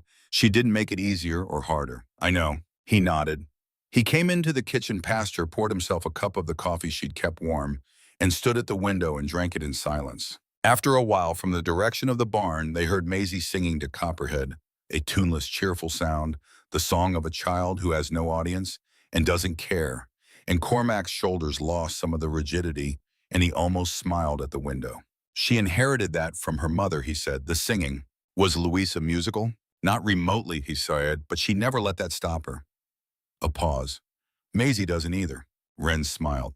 Good, she said. He looked at her sideways over the rim of the coffee cup with the look that was no longer quite managing itself. You're going to be here, he said. It was not quite a question. I said I was, she said. You said it to Maisie. I meant it to both of you. She met his eyes. You know that. He held her gaze for a moment. Then he looked back at the window, at the valley and the mountains and the bend where his daughter was singing to her horse. He was quiet for a long time. Good, he said finally in the same tone she'd used. Very simple, very certain. Outside, Maisie's singing went on. The week the proceedings began in Helena, Wren opened the schoolhouse. She did it without ceremony, swept the floor, shook out the chalk dust, checked the chalk supply and the primers and the condition of the stove in the corner. She wrote on the blackboard Silverbell School, open. Then she left the door open and went home to start dinner. The next morning, 11 children came. She taught them reading, arithmetic, and geography the same as she had taught in Cincinnati, with the same patience and the same dry humor, and the same absolute conviction that any child who wanted to understand something could given the right explanation and enough time. She brought in the arithmetic primers. She wrote problems on the board. She asked questions and waited for answers and did not accept "I don't know" as an ending, only as a beginning. Maisie sat in the third row with the expression of a child who is accustomed to receiving instruction she considers slightly beneath her level and is managing this with admirable restraint. On the third day, Wren gave her the advanced readers and told her she was going to be the class librarian responsible for tracking who had which book and when it was due back. Maisie accepted this responsibility with the gravity it deserved. On the fourth day of school, Cormac came by at noon. He stood in the doorway with the inventory look and watched her explain long division to 8-year-olds, and she did not look at him until she'd finished the problem on the board and the children had it. Then she looked at him. He said nothing. He didn't need to. She understood. He left. She went back to the problem. Behind her on the board, the long division was complete and correct, and somewhere in the doorway was the last trace of a man who was beginning cautiously and with great deliberateness to look at something other than loss. The trial was scheduled for September. That left the summer. In Wren's experience, the summer was the kind of time that looks, in retrospect, like a period of waiting, but feels while you are in it like the only real thing, the actual texture of a life being lived, as opposed to a life being managed or survived. She taught school in the mornings. She kept the house in the evenings. She rode with Cormac in the afternoons twice a week at first, and then more often because he was teaching her the valley not as a tourist attraction, but as a working landscape, the way a man who has lived in a place since childhood shows someone the real thing rather than the presented one. He showed her where the creek doubled back on itself and where the good water ran deep. He showed her the eastern ridge where the copper showed in the rock, face beautiful, she thought, in the mineral way of things that are not beautiful on purpose, simply what they are. He showed her the property lines of the Britton Ranch, which had been in his family since his father first ran the wire in 1859, and the places where the original fence posts still stood dark and weathered and holding. She learned the horses. He was a patient teacher, not effortful. Patient, simply patient. The same quality she had in the schoolroom.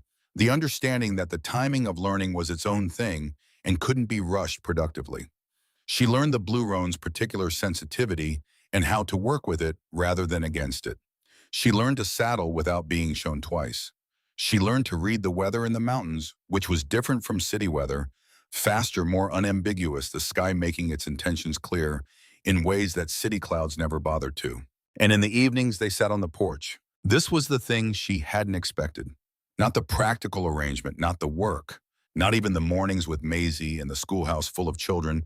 She had expected those things to feel like what they were, a position, a life reconstituted from the pieces of a previous one. What she hadn't expected was the porch. He sat in the left chair, and she sat in the right, and the evening came down over the mountains, and they talked or didn't talk, and the quality of both was the same, present, unhurried, the particular ease of two people who have been through something together and don't need to perform normalcy because they have already reached it. He told her about his father, who had built the first buildings of the ranch with his hands and 2 hired men in a Montana spring that tried to kill all of them with late snow and succeeded only with the horses. He told her about Louisa carefully and honestly, in the way of a man who has decided that the way to honor someone is to talk about them truly rather than mythologically. Her good humor, her catastrophic cooking, her tendency to make friends with animals that Cormac considered livestock, her particular laugh. He told her about Daniel, the way Daniel had grown into the ranch, the pride and the pleasure of watching a child become useful to a thing they love. She told him about Cincinnati, about the school and the parents and the children who had surprised her, and the children who had broken her heart a little, and the ones she still thought about, hoping they'd turned out well.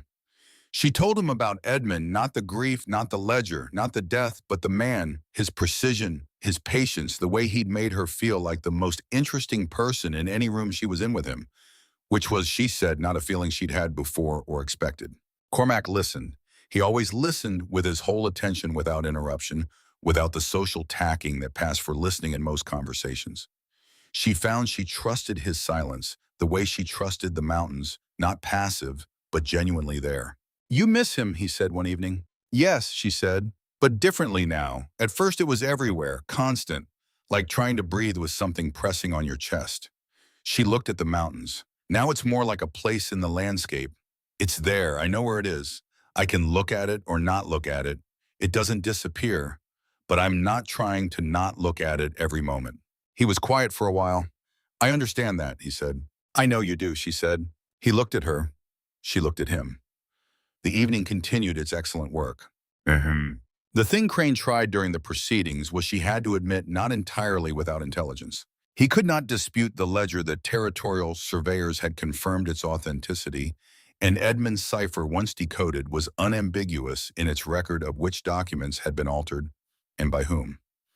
He could not dispute the deed falsifications. 4 of the transferred properties had been examined, and the problems in the paperwork were structural, not marginal.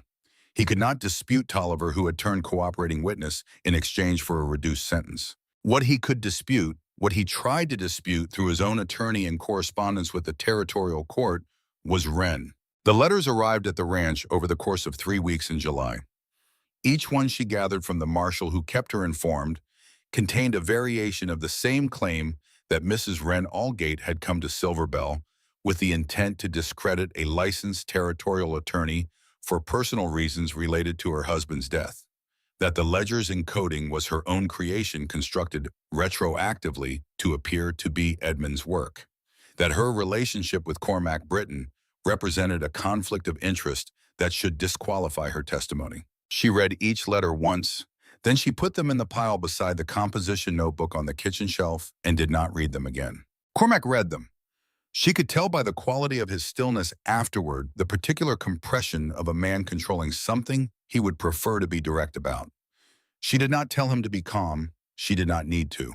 "He's trying to discredit you," Cormac said the evening after the 3rd letter. "Yes," she said, "because the evidence is solid." "Yes, when the evidence is solid, you attack the witness." Can he succeed? She thought about this. Not with the physical evidence. The ledger is real. The cipher is demonstrably Edmund's, his handwriting, his survey records, his notation system. 2 independent analysts have confirmed it. She paused. But if the territorial judge is sympathetic to Crane, there may be procedural complications, delays, that kind of thing. Cormac looked at the mountains in the evening. Edmund said the local court was compromised, he said. The Helena Land Office sent the case to the territorial court, not the local one. Yes, Edmund was right. The territorial Judge Harrington has no record of Meridian connections. The marshal vouches for him. She paused. "I think we're protected, but I won't know until it's over." He was quiet for a moment, then, "You've thought about all of this very carefully." "Yes," she said. "Since when?" "Since Helena." She met his look. "I told you in the telegraph office that I needed to make a copy before I told you anything. That wasn't only about protecting the evidence. It was also about the possibility that the proceedings would be contested and about needing the case to be as airtight as possible before it went anywhere." She paused. "Edmund taught me that. Be thorough. Don't give them anything they can use." He looked at her with the full attention. "You trusted me," he said. "You told me everything." "Yes," she said. "Even though you didn't have to? I needed your records. I needed your knowledge of the valley and—" She stopped. She looked at the mountains. She was not given to speeches, and this was not going to be one. And I wanted to. I had been being careful for months, and I wanted very much to tell someone the truth. He was quiet. You were the right person to tell, she said. He reached across the space between the chairs and put his hand over hers on the armrest. It was a simple gesture, not declarative, not performed. Simply placed there the way he placed words because it was the right thing and he saw no reason not to. She turned her hand over and held his. The mountains held the last light. The valley went to gold and then to blue. The summer passed in this way, and the doubled time, the practical work, and the other thing, the slow remaking of two people who had been surviving into two people who were cautiously and with great care beginning to build. Maisie noticed. Of course Maisie noticed. She had her father's capacity for observation and none of his reserve about saying what she saw. You're different, she said to Wren one morning at breakfast. Different how? Less pressed in, Maisie said. She stirred her oatmeal with the focused attention of someone working through a concept. When you came, you were like you were here, but part of you was somewhere else, like you were checking the exits. Wren looked at her. That's very perceptive. Papa was the same, Maisie said, for 2 years. Less now. She looked up. He smiles more. Does he? It's very small, but it's there. She went back to her oatmeal. I think you did that. Wren thought about the shadow of a smile that had become gradually over the summer, slightly less shadowed. I think you helped, she said. Obviously, said Maisie and ate her breakfast. The letter from the territorial court came in the second week of August. The trial was confirmed for September 15th. The court had reviewed all submitted evidence. The defense's motions for dismissal had been denied.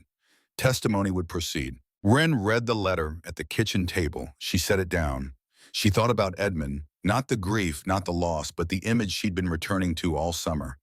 Edmund at a desk in Helena, in danger, encoding the truth with the cipher she'd taught him, believing she would find it and understand. She thought I found it, I understood. She thought it's going to court, the way you intended. She folded the letter and put it with the others and went to start the dinner, which was, she had long since concluded, the appropriate response to most things that needed doing.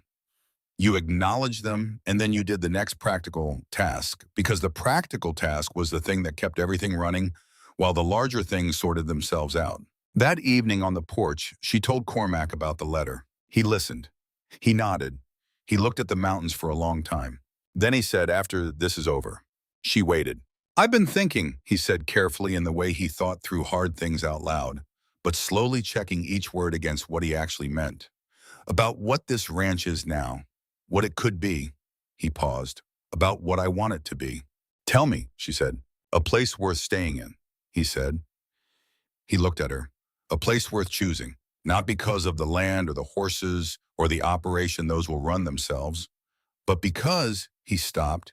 He was better at this than he had been 3 months ago, she thought, but it was still effortful, and she honored that by staying completely quiet while he found it. Because of who's here, he said finally, who makes it what it is. She looked at him in the last evening light. I'm choosing it, she said. I want to be clear about that. Not as a position, not as a practical arrangement, as a place I'm choosing. And me, he said. He said it simply without deflection, which cost him something, she could see that. And you, she said, also choosing. He held her gaze for a long, honest moment. Then he turned forward and looked at the mountains, and she saw him absorb it. The fact of it, the weight and the welcome of it. The particular relief of a man who has been alone for a long time being told cleanly and without performance that someone has chosen to stay. He didn't say anything. He didn't need to. She sat beside him on the porch in the evening, and the mountains held the dark and the horses moved in the paddock, and somewhere inside the house they could hear Maisie getting ready for bed with the unhurried commentary that was her constant companion, talking to herself or to Copperhead through the window or to the general universe. The voice of a child who is for the first time in 2 years entirely certain that the people she loves are not going anywhere. The night before she left for Helena to give testimony, Wren sat at the kitchen table with Edmund's ledger in her hands for the last time. She didn't open it. She held it, the weight of it, the navy blue cover worn slightly at the corners, the stamped letters of his name, E. Aldgate Survey. Records. She thought about all the places this book had been: Edmund's desk in Helena, the lining of his travel case, the false bottom of the trunk on the stage from Billings, this table in this kitchen at the Britton Ranch in Silverbell, Montana, which Edmund had never seen. She thought, you saved it. You hid it. You left it for me. She thought I carried it. She thought tomorrow I give it to the court. It was she realized the right ending for it. Not preserved on a shelf, not tucked under a floorboard, not held private. Evidence was meant to be brought to light. Edmund had understood that. He had encoded the truth and trusted that someone she would decode it and carry it to exactly the right place. She set the ledger on the table. She put her hands flat on the cover. Outside, the Montana night was enormous and clear. The stars so thick and close they seemed like something you could reach. The mountains were invisible in the dark, but she knew they were there. She always knew they were there. Now that permanent surround that held and holding landscape. Thank you, Edmund, she said quietly to the ledger in the kitchen and the night. Then she picked it up and put it carefully in the saddlebag wrapped in oilcloth and went to bed.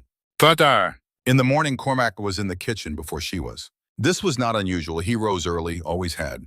But the kitchen was warm and there was coffee already made and something on the range that smelled of the salt pork and the good bread. And when she came in, he was standing at the window with a cup, and he looked at her in the morning light, with the particular look, the open one, the unmanaged one, that she had come to know as the truest version of his face. Good morning, she said. Good morning, he said. He poured her a cup and set it on the table and sat down across from her. They had breakfast.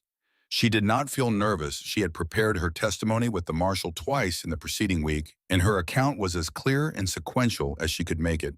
And the evidence was what the evidence was. She felt instead something that she couldn't precisely name, the gravity of a moment that is ending something and beginning something else, the instant after you step off a train platform is both departure and arrival, and neither quite yet. I'll be back in 3 days, she said. I know, he said. Walt has the schedule for the North Pasture. I know, he said. Maisie's reading assignment is on the kitchen shelf.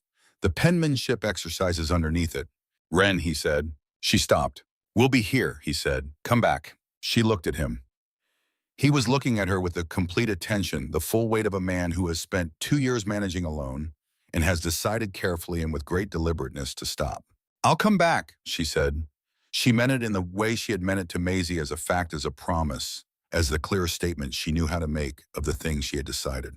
He reached across the table and put his hand over hers the way he had on the porch in the summer, simple and without performance. She put her other hand over his. They sat like that for a moment in the kitchen in the morning, with the coffee going cold and the mountains outside the window and the sound of Maisie beginning to stir upstairs, and then she picked up the saddlebag and rode north. The testimony took 1 day. She was on the stand for 4 hours. Crane's attorney attempted 3 lines of attack: the authenticity of the ledger, her personal motivation, the nature of her relationship with Cormac Britton. She answered each one in the same voice, even unhurried, precise. She had given depositions to the marshal. She knew the structure of the argument. She answered only what was asked, and not one word more. And where she could not answer with certainty, she said so. And where she could, she did, and she told the complete truth throughout. The territorial judge was a composed man of 60, with the economy of expression of someone who had presided over a great many proceedings and found the drama of them less interesting than the facts. He listened with the full attention of someone who was actually taking notes rather than appearing to. Crane across the room did not look at her. He looked at the table in front of him, at the polished wood, with an expression she thought was not quite defeat, but was the more interesting thing, the expression of a man who has been found out and knows it and is processing what this means for the self-image he has maintained for a very long time. When the judge released her from the stand and called the session's recess, she stood up and straightened her coat and walked out of the courtroom into the Helena afternoon and stood on the steps and breathed the mountain air. She had done it. Edmund had found the evidence. She had carried it. The court had it now. She walked down the steps and went to send a telegram to Silverbell. It said, testimony complete, evidence received, coming home. She paid for the telegram and walked back to the boarding house and thought home. She was already thinking of it that way. She rode back on the 3rd day as she'd said she would, and the valley came into view in the late afternoon gold the way it always did, ringed by the mountains, the Britton Ranch visible at the western edge with the smoke from the kitchen. Maisie was in the paddock with Copperhead when she rode through the gate. She looked up from what she was doing, some elaborate tacking project, and said, "You're back." "I said I would be," Wren said. Maisie looked at her with the assessment. "Did it go well?" "Very well," Wren said. Maisie nodded. She went back to Copperhead. "Papa's in the North Pasture," she said without looking up. He'll be back by 5. I know, Wren said. She dismounted and began to unsaddle the roan. Beside her in the paddock, Maisie worked on Copperhead's tacking with the focused efficiency of a person who knows exactly what she's doing and prefers to be left to it. Wren, Maisie said. Yes, I'm glad you're back, the child said, very simply, without looking up. Wren stood beside the blue roan in the paddock in the late afternoon light and felt the particular weight of a thing genuinely meant by someone who doesn't say things they don't mean. And she thought, I have not been glad to be somewhere in a very long time. I'm glad to be back, she said. She meant it completely. Cormac came in from the north pasture at 5:10 with mud on his boots and 2 of the ranch hands behind him, and the look of a man who has heard a horse arrive at the gate and been doing the arithmetic of it since. He stopped when he saw her.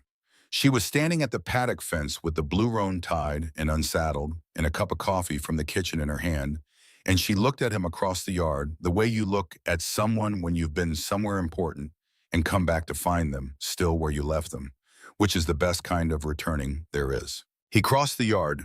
The ranch hands went to the barn without being told. He stopped in front of her. Testimony complete, she said. Got the telegram, he said. Evidence received, she said. Got that part too. She looked at him. He looked at her. The late afternoon light went gold around the paddock, and the blue roan nosed at Wren's elbow with the pleasant persistence of an animal that has decided it deserves attention. Crane, he said. Will be convicted, as she said. The judge indicated as much without indicating anything. The evidence is complete. He nodded. He was taking it in the way he took large things, not quickly, not with expression, but completely, all of it, stored somewhere for later processing. He would be awake at 2 in the morning, she suspected, working through the full implications. She had come to know this about him. And the deeds, he said. The Meridian transfers are all frozen. The investigation team will take each one individually. Some of the families, the Sooners, the Pruitts, may get their land back. The others will have claims against the syndicate's assets. She paused. It will take time, but it will happen. He was quiet for a moment. Then Daniel. The evidence of the saddle is part of the testimony record, she said. Under the broader charge, it will be in the proceedings. He looked at the mountains, the complicated processing again, the private geography of a man working through what it means to have 2 years of private blame become a matter of public record. Grief transformed into evidence, turned from something he carried alone into something the territory would formally acknowledge. Good, he said, very quietly, good. She waited. He looked at her. Are you all right? He said. Yes, she said. I'm better than all right. The testimony was exactly what it was supposed to be. She met his eyes. I was precise and I told the truth and the judge listened. It's in the record now, Cormac. Edmund's ledger, his work, the evidence he died for, it's in the court's record. It can't be undone. He was very still for a moment. Then he said simply, thank you. I didn't do it as a service, she said. I did it because it was right and because it was Edmund's and because... She stopped. She looked at the mountains. Because I'm here, she said, and here matters to me. He reached out and tucked a strand of hair back from her face. A small gesture, gentle and certain. The kind that is not a beginning of something, but a continuation of something that has been building for a long time and has finally arrived at the point of being expressed. She looked up at him. He was very close. The afternoon light between them. The mountains behind him, blue and enormous and patient. Stay, he said, not a question. The fact of what he wanted placed plainly the way he placed everything. I'm staying, she said. The same effect, not a performance. He kissed her, unhurried. The way a man does when he's been waiting a long time and is not in any rush now that he doesn't have to be. Behind them, from the direction of the paddock, a small voice said clearly and with great satisfaction, finally. They separated, turned. Maisie was sitting on the paddock fence with her arms folded, looking at them with the expression of a child who has been waiting for specific adults to catch up with something she understood 4 months ago. Go inside, Cormac said. I've been inside all day, Maisie said reasonably. Maisie, I just want to say, Maisie said with the dignity of a 9-year-old making an important statement, that I think this is an excellent development and I am in favor of it. Thank you, Wren said gravely. You're welcome, Maisie said and climbed down from the fence and walked to the house with the air of someone who has accomplished a great deal and is retiring for the evening. The paddock gate swung closed behind her. The blue roan resumed nosing at Wren's elbow. The mountains held the last light of the afternoon. Cormac looked at Wren. She looked at him. They were both, she thought, doing something she recognized: the attempt to contain the size of a thing by being quiet about it, by not speaking, because it was too large for easy words. The particular largeness of two people who have each been very alone for a long time and are for the first time not alone, and the feeling of this is larger than either of them expected. Well, she said. He said. That's settled then, she said. He said. She laughed. It was a real laugh, full immediate, the first of its kind. In a long time, the kind that Edmund used to say arrived slowly and then all at once. She laughed, and Cormac watched it happen, and the almost smile finally completed itself, fully there and unmistakable. And he said, "What?" "Nothing," she said. "Everything." She picked up her coffee. "Come on, I need to start dinner." She walked toward the house. He fell into step beside her, naturally, without thought, the way a person walks beside someone they have chosen. Chosen in the Montana evening opened around them, enormous and indifferent, inglorious, and the Britton Ranch held them both. The verdict in the Crane case came in November by telegraph on a Tuesday afternoon, when the first real snow of the season was coming down over the mountains and the Silverbell Valley was going white. Wren read the telegram at the kitchen table. Aldous T. Crane convicted on 12 counts of land fraud, 4 counts of conspiracy, and 1 count of suborning murder in the death of surveyor Edmund Aldgate.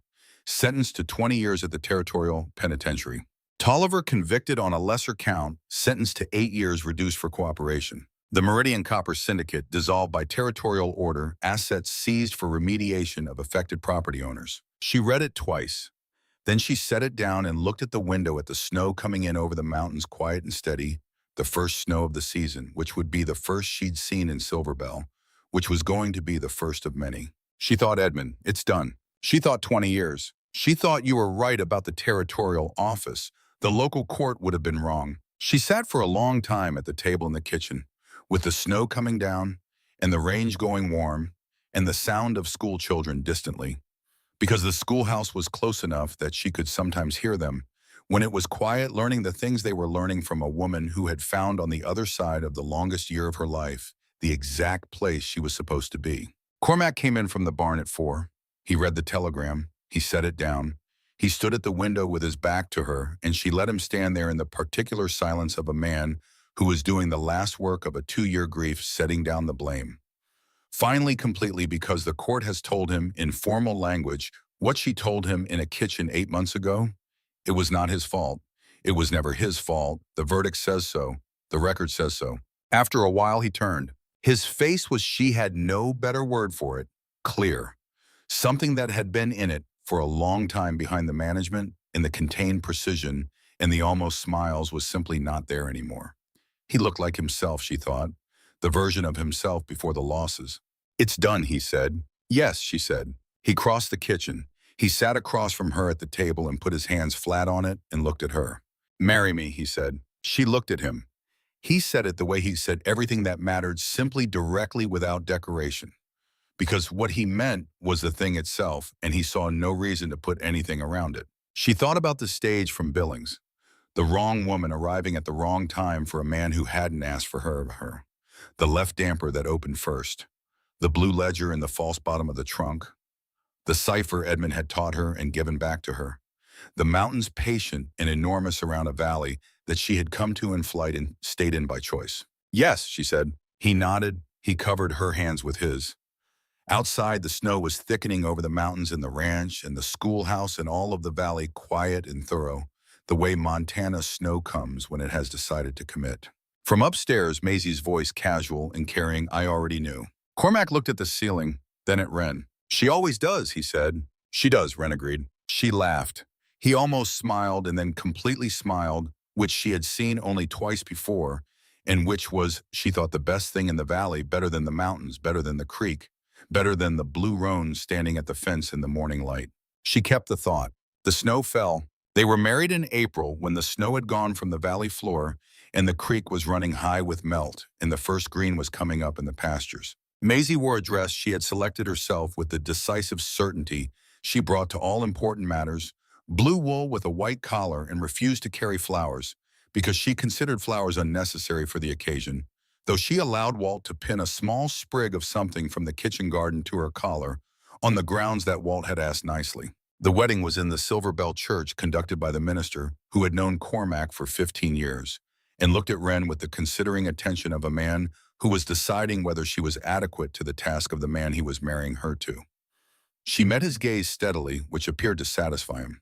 11 children from the schoolhouse came and sat in the back, 3 rows well-behaved and very quiet because Wren had told them on Friday that she expected professional standards, and they had taken this seriously. 3 of them cried during the vows, which she had not expected and which moved her more than almost anything else in the whole day. Cormac said his vows in the even direct voice he said everything important in, without decoration or embellishment, looking at her the whole time with the full attention. She said hers the same way. The minister pronounced them married.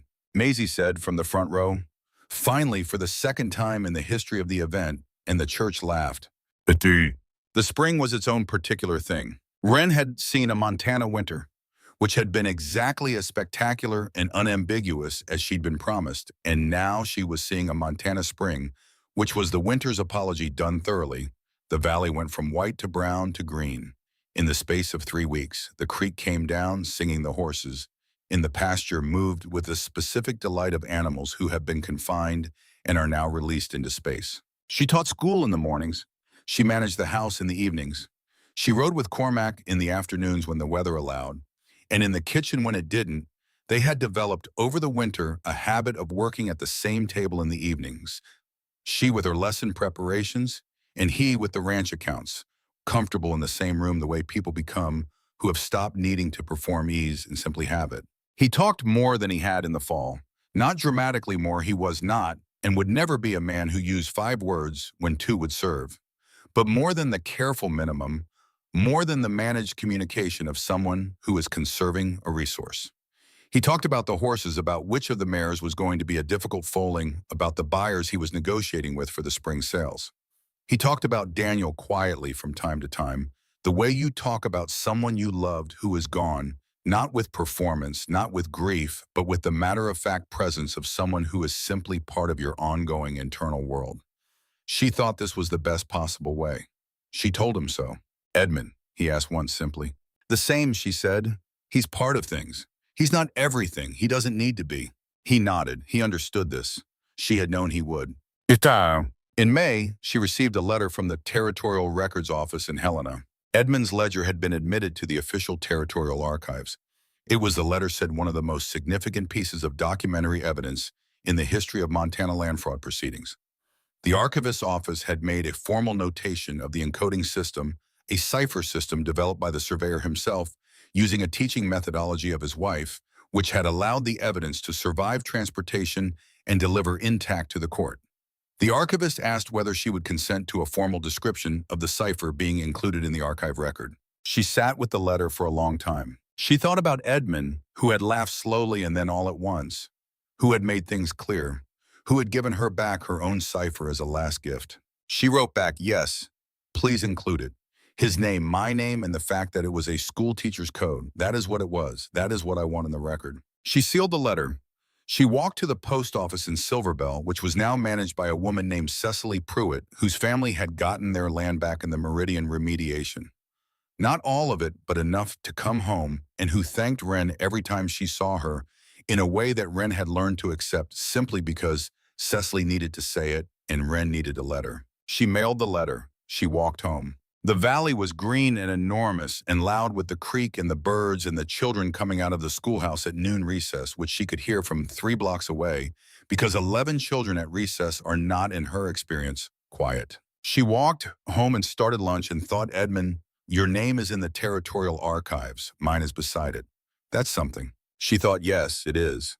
The first summer of the marriage was the summer Maisie decided she wanted to learn to train horses. She announced this at breakfast on a June morning with the same decisive certainty she brought to all announcements, and Cormac looked at her across the table with the expression of a man who has been watching this coming and is doing the arithmetic of what to say. He said, you're 9. Maisie said, I'll be 10 in August. He said, the work is physical and can be dangerous. Maisie said, so is everything else. He looked at Wren. Wren looked at her coffee. He said, you're not going to help me here, are you? She's your daughter, Wren said. It's in the family. He looked at the ceiling, then at Maisie, then at Wren again. Fine, he said. You start in August, when you're 10. Maisie smiled, a real smile, wide and brief, the most expression she generally allowed herself, before resuming the serious efficiency of her usual presentation. Thank you, Papa. He said, you start with groundwork. No writing until I say, no argument. No argument. Maisie agreed immediately, which told Wren she had already researched groundwork and had opinions about it. Cormac caught Wren's eye, and she looked firmly at her coffee, and he looked firmly at his. And they both managed not to laugh until Maisie had gone outside to contemplate her future career. The summer passed in the good way. Not without difficulty, there was a difficult foaling in July that cost them a mare, and 3 days of sleep in a dispute with the county about the road easement through the North Pasture that took Cormac 2 weeks of correspondence to resolve, and a week in August when the creek ran dry enough to worry everyone and then came back and worried nobody. These were the normal difficulties of a working ranch in a working valley, and Wren moved through them the way she moved through everything, methodically, without drama, with the steady attention of a woman who has learned that the practical task is the appropriate response to most things. She also opened a second schoolroom. The first was the existing schoolhouse, which she taught Monday through Friday.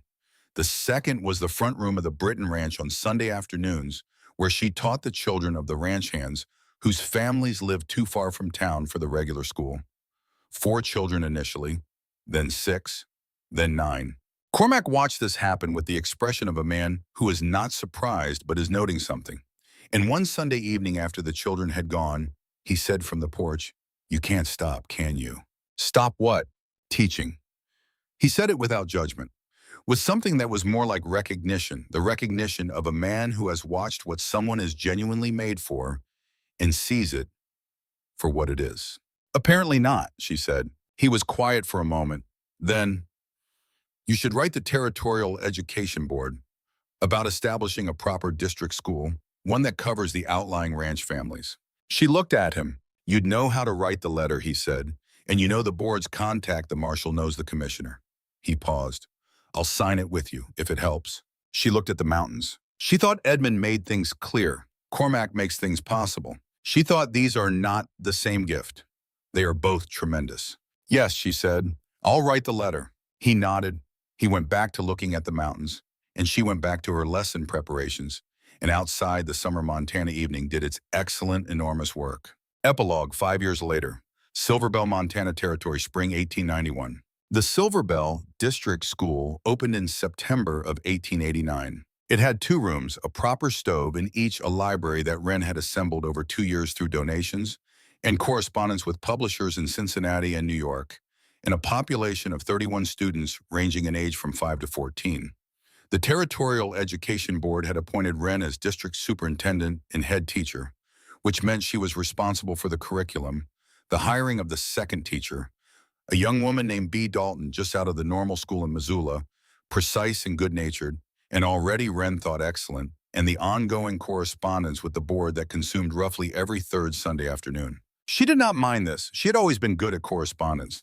The ranch in spring of 1891 was a different animal from the ranch that Wren had arrived at in May of 1886. Not dramatically, the buildings were the same, the operation was the same in structure, but it ran differently, which is to say it ran in the way that things run when the people running them are not doing so alone. Cormac's operation had expanded 2 additional breeding pairs, a contract with a cavalry procurement office in Billings that had come out of his reputation for sound horses and his 2 years of diligent correspondence to establish it a small training facility that Walt managed with the assistance of 2 of the older ranch hands. And Maisie. Maisie, who was 14 and had been working horses since she turned 10, had a particular gift with the young animals that Cormac described in the flattest possible terms as not bad, and that Walt, who had no investment in understatement, described as extraordinary. She had her father's patience and her own particular quality, a directness with the horses that they appeared to find reassuring, a communication that wasn't soft, but was completely clear. She spent her mornings at school and her afternoons in the training paddock, and her plans for the future were, she had informed the household on multiple occasions, entirely settled. She was going to run the Britton Ranch's training operation, and she expected to do it for 50 years, and she did not need anyone's opinion about this. Cormac's opinion offered to Wren privately was that she was probably right. In March of 1891, A letter came from the Territorial Archives in Helena. Edmund's ledger, it said, was being featured in a new exhibition on the history of Montana land administration. The archivist's office wished to include a photograph of the ledger and a formal description of the encoding system with attribution to Edmund Aldgate, 1851 to 1885 mining surveyor, and to Wren Aldgate Britton, born 1852, educator and district school superintendent, Silverbell. She sat at the kitchen table and read the letter. She read it again. Wren Aldgate Britton, educator, Silverbell. She thought about Cincinnati, about the long-ago schoolroom, the blackboard, the rows of children learning long division, about the advertisement in the Gazette, about the stage from Billings and the wrong woman arriving and the left damper that opened first. She thought about Edmund, who had given her the cipher back, who had trusted her. She thought, your name is in an exhibition, Edmund. Mine is beside it. What we made together, what you trusted me to carry, is in the record. That's not an ending. It's a permanent thing. She folded the letter. She set it on the shelf beside the cookbook, beside the composition notebook that she kept there, not as evidence now, but as she wasn't sure she had a word for it. Not a memorial, something more active than that. The record of the understanding that arrived in a kitchen in Silverbell and changed the shape of everything.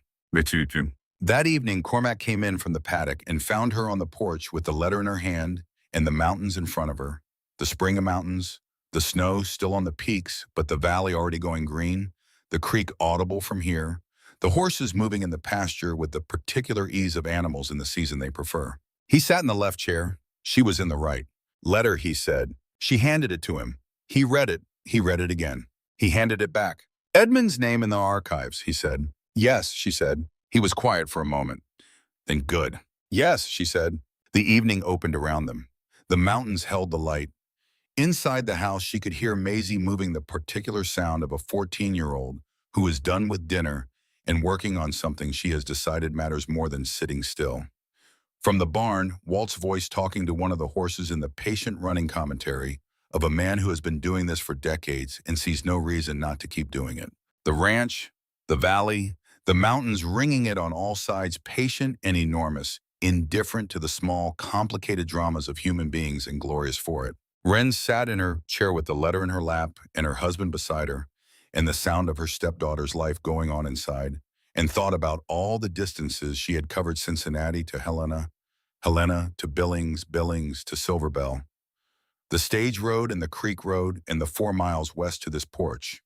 The distance from the woman who had arrived here in flight to the woman who was here now, in the right chair, in the right place. Not because she had been led here, because she had carried evidence across a difficult country and told the truth to the right people and stayed when she had reason to go.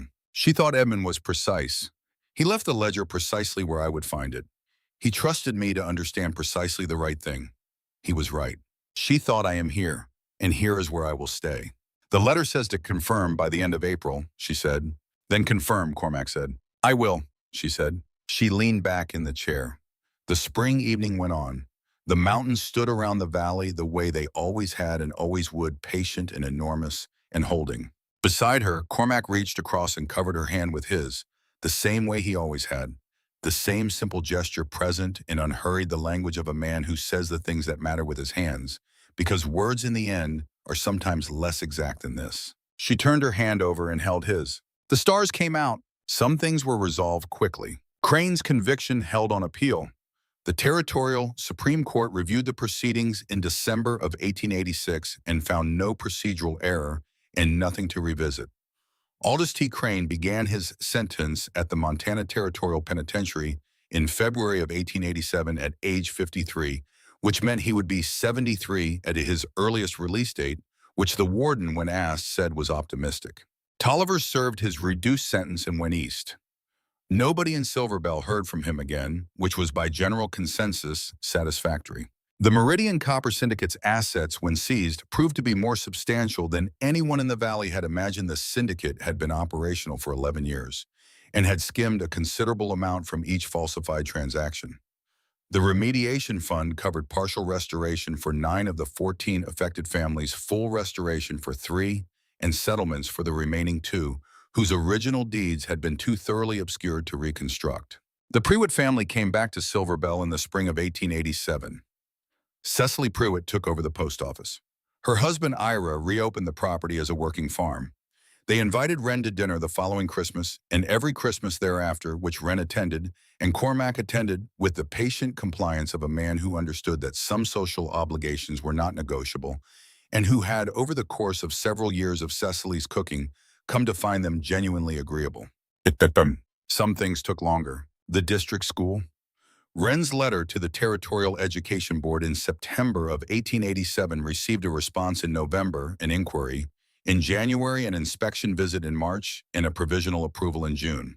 The two-room schoolhouse opened in September of 1889, which was 2 years after the letter which Wren considered efficient for governmental proceedings of any kind. In the interim, she taught school in the existing building and in the ranch's front room, and occasionally when the weather precluded both in the Prewitt barn, which had good light, and the notable advantage of Ira Prewitt's complete willingness to move anything that needed to be moved to accommodate a classroom. The Territorial Education Board, when they sent their inspector in March, sent a man of 50 who looked at the ranch schoolroom with 31 students in it, some of them sitting on upended crates, all of them apparently learning something, and said to Wren afterward, "How long have you been doing this?" "Since I arrived," she said. "And before, 7 years in Cincinnati." He wrote something in his notebook. "The board," he said carefully, "does not generally appoint district superintendents who are also active classroom teachers." "No," she agreed, "but the district doesn't have anyone else, so I'll be both until it does." He looked at her. He wrote something else in his notebook. "We'll be in touch," he said. They were in touch. The approval came through. The naming of the deed was Wren's idea, and she raised it over dinner one February evening in 1888, the first winter of the marriage, the deep Montana winter she'd been promised, and which had delivered on every count the valley 3 feet of snow, and the mountains invisible behind weather, and the ranch operating on the particular efficiency of a place that has been through this before and knows exactly what to do. She said, "I'd like the deed to reflect both our names." Cormac looked at her across the table. "The property is in my name," he said, "my father's deed, my filing. It's been Britain since 1859. "Yes," she said, "and it's mine too, and I'd like that to be in the record." He was quiet for a moment. She waited. This was she had learned the approach with the things that mattered to him, not pressing, simply placing the thing where he could see it. "Wren Aldgate," he said. She looked at him. "You don't have to keep his name," she said carefully. "I'm not asking you to." "He gave you the ledger," Cormac said. "He trusted you with it. You carried it here. That's part of the ranch now, part of what this place is." He was quiet for a moment. "It should be in the record." She looked at the table. She looked at her husband, who was looking at her with the full attention, the unmanaged look, the look that never got less direct, no matter how familiar it became. "Thank you," she said. "It's the right thing," he said simply. He finished his dinner. She finished hers. Outside, the Montana winter went on. "It is so." Maisie at 14 was a different person from the 9-year-old who had been tucked between supply crates in the back of a wagon, watching a new woman arrive with a valise and a heavy trunk and a quality of contained attention that Maisie had immediately recognized as interesting. The difference was not dramatic. It was more like the difference between a draft and a finished document, the same voice, the same core, but the ambiguities resolved. She knew what she wanted. She knew how to work. She was becoming, Wren thought, watching her with the school teacher's eye that never entirely switched off, the particular kind of person who would be formidably good at the thing she chose, and would choose only the one thing, the right thing, the thing she had always been going toward. She was also quietly more at ease. Not soft, she was never going to be soft, that wasn't in her, but less defended. The careful neutral of a child managing the exits had given way over 5 years to the directness of a person who trusted that the people around her were going to stay, that they had chosen to stay. That choice was a reliable thing. This, Wren thought, was the thing she was most proud of. Not the school, not the ledger in the archives. This, a child who had been managing alone for 2 years and was now finally not managing, just living, just fierce and precise and heading at full speed toward the life she'd already decided on. On Maisie's 14th birthday, Cormac gave her the full training contract for the spring cohort of young horses. 4 animal standard terms are to manage from first groundwork through sale ready.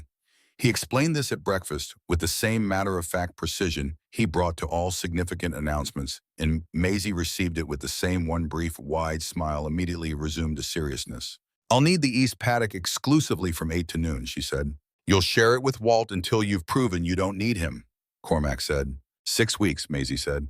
8, Cormac said. 7, Maisie said. He looked at Wren. She was looking at her coffee. 7, he said, not a day sooner. Agreed, said Maisie and ate her birthday breakfast. Some things Wren held privately. In the composition notebook on the kitchen shelf no longer needed. As evidence kept now for the reason that you keep a thing that has carried something important, not out of attachment but out of respect. She had written sometime in the 2nd year of the marriage, in the blank pages at the back. Edmund believed in the value of evidence. He believed that if you recorded the truth carefully enough in a language someone else could understand, it would survive you. He was right about that. He was right about most things. I believe in the same thing. I believe in the record. I believe in teaching children to read so that they can access the record. I believe that precision matters, that clarity matters, that the right cipher placed in the right hands matters. I am in Montana. I am a school teacher, a superintendent, a wife, a stepmother. I arrived here in flight, and I stayed by choice, and the distance between those two things is the shape of my life since Edmund. It is a good shape. It has good things in it. I think Edmund would be glad. I think he would laugh, eventually fully at all of it. I hope so. She kept the notebook. It sat on the shelf beside the cookbook, beside the herbs in their jars in the kitchen of the Wren Aldgate Ranch in Silverbell, Montana territory, in the particular way of a thing that has found the right place and has no reason to move. On a morning in May of 1891, Wren Aldgate Britain rose before anyone else. This was not unusual. She rose early most mornings, the habit of a school teacher, the preference of a woman who liked the first hour of the day for herself. She went to the kitchen. She opened the left damper first. She got the range going. She made coffee. She stood at the window while it brewed. The valley outside was the particular color of early Montana. May the green so vivid it looked fictional. The mountains still white at their peaks, the creek invisible at this distance, but audible. A sound threaded through the morning like a note held steadily, present and cool and clean. She had been here 5 years. She knew this morning. She knew the angle of the light at this hour, the sound the range made when it caught the 3rd step from the bottom of the staircase that creaked in cold weather and would probably creak until someone attended to it, and probably no one would, because it had become by now a sound that meant home. She poured her coffee. She sat at the table. She thought about Cincinnati, about the schoolroom and the Gazette and the stage from Billings, about the woman who had arrived at Britton Ranch on a Tuesday in May of 1886 with a valise and a heavy trunk and no domestic references, and a navy blue ledger and a false bottom that she didn't yet know how to read. She thought that woman arrived here. She thought, and this woman is still her. Not the same exactly. Not unchanged. 5 years change everything, and loss changes more than years, and love changes more than loss, and time changes the shape of all of it. But the core of her, the thing that had decided to stay, when it would have been easier to go, the thing that had walked toward the problem, rather than away, the thing that had opened the ledger night after night until the cipher broke, that was the same, precisely the same. That would be the same until she was done. She sat at the kitchen table in the morning of a May she had not expected to be alive to see, not because she had been reckless, but because the life she was living now was so far from anything she could have predicted in Cincinnati, in the long hollow year after Edmund, in the stage from Billings with a valise and no map, that it felt sometimes like the life of someone else. But it was hers. She had made it. Upstairs, she heard Cormac stir the particular sound of him, his particular weight on the floorboards, the way he came awake all at once and was moving before anyone else had thought about it. Efficient, even in sleeping, even in the waking. From the barn, faint in the distance, Walt's voice, the horse talk. Patient and steady, the language of a man who had been here since before any of them, and would be here, she suspected, as long as there was a paddock to stand in and an ear to talk to. From Maisie's room silence, which was Maisie still asleep, which was one of the few times you could say of Maisie Britton that she was not at work on something. And outside the valley and the creek and the mountains and the green of the May morning, going on as it always went on, enormous and indifferent and entirely beautiful. Wren drank her coffee. In a little while, Cormac would come down and pour his own and stand at the window the way he always did, and she would be at the table, and there would be a moment, there always was, of simply being in the same room, the quiet, specific ease of two people who have chosen each other and are most days still making the same choice. She thought yes, she thought this, The ranch came awake around her, and the morning did its work, and the schoolhouse waited 2 streets away with its primers on the shelf and its blackboard clean, and its 31 students not yet awake, but coming as students always did as surely as the creek and the mountains and the May morning coming in. Wren Aldgate Britain sat in her kitchen and watched the valley wake up. It was a very good morning.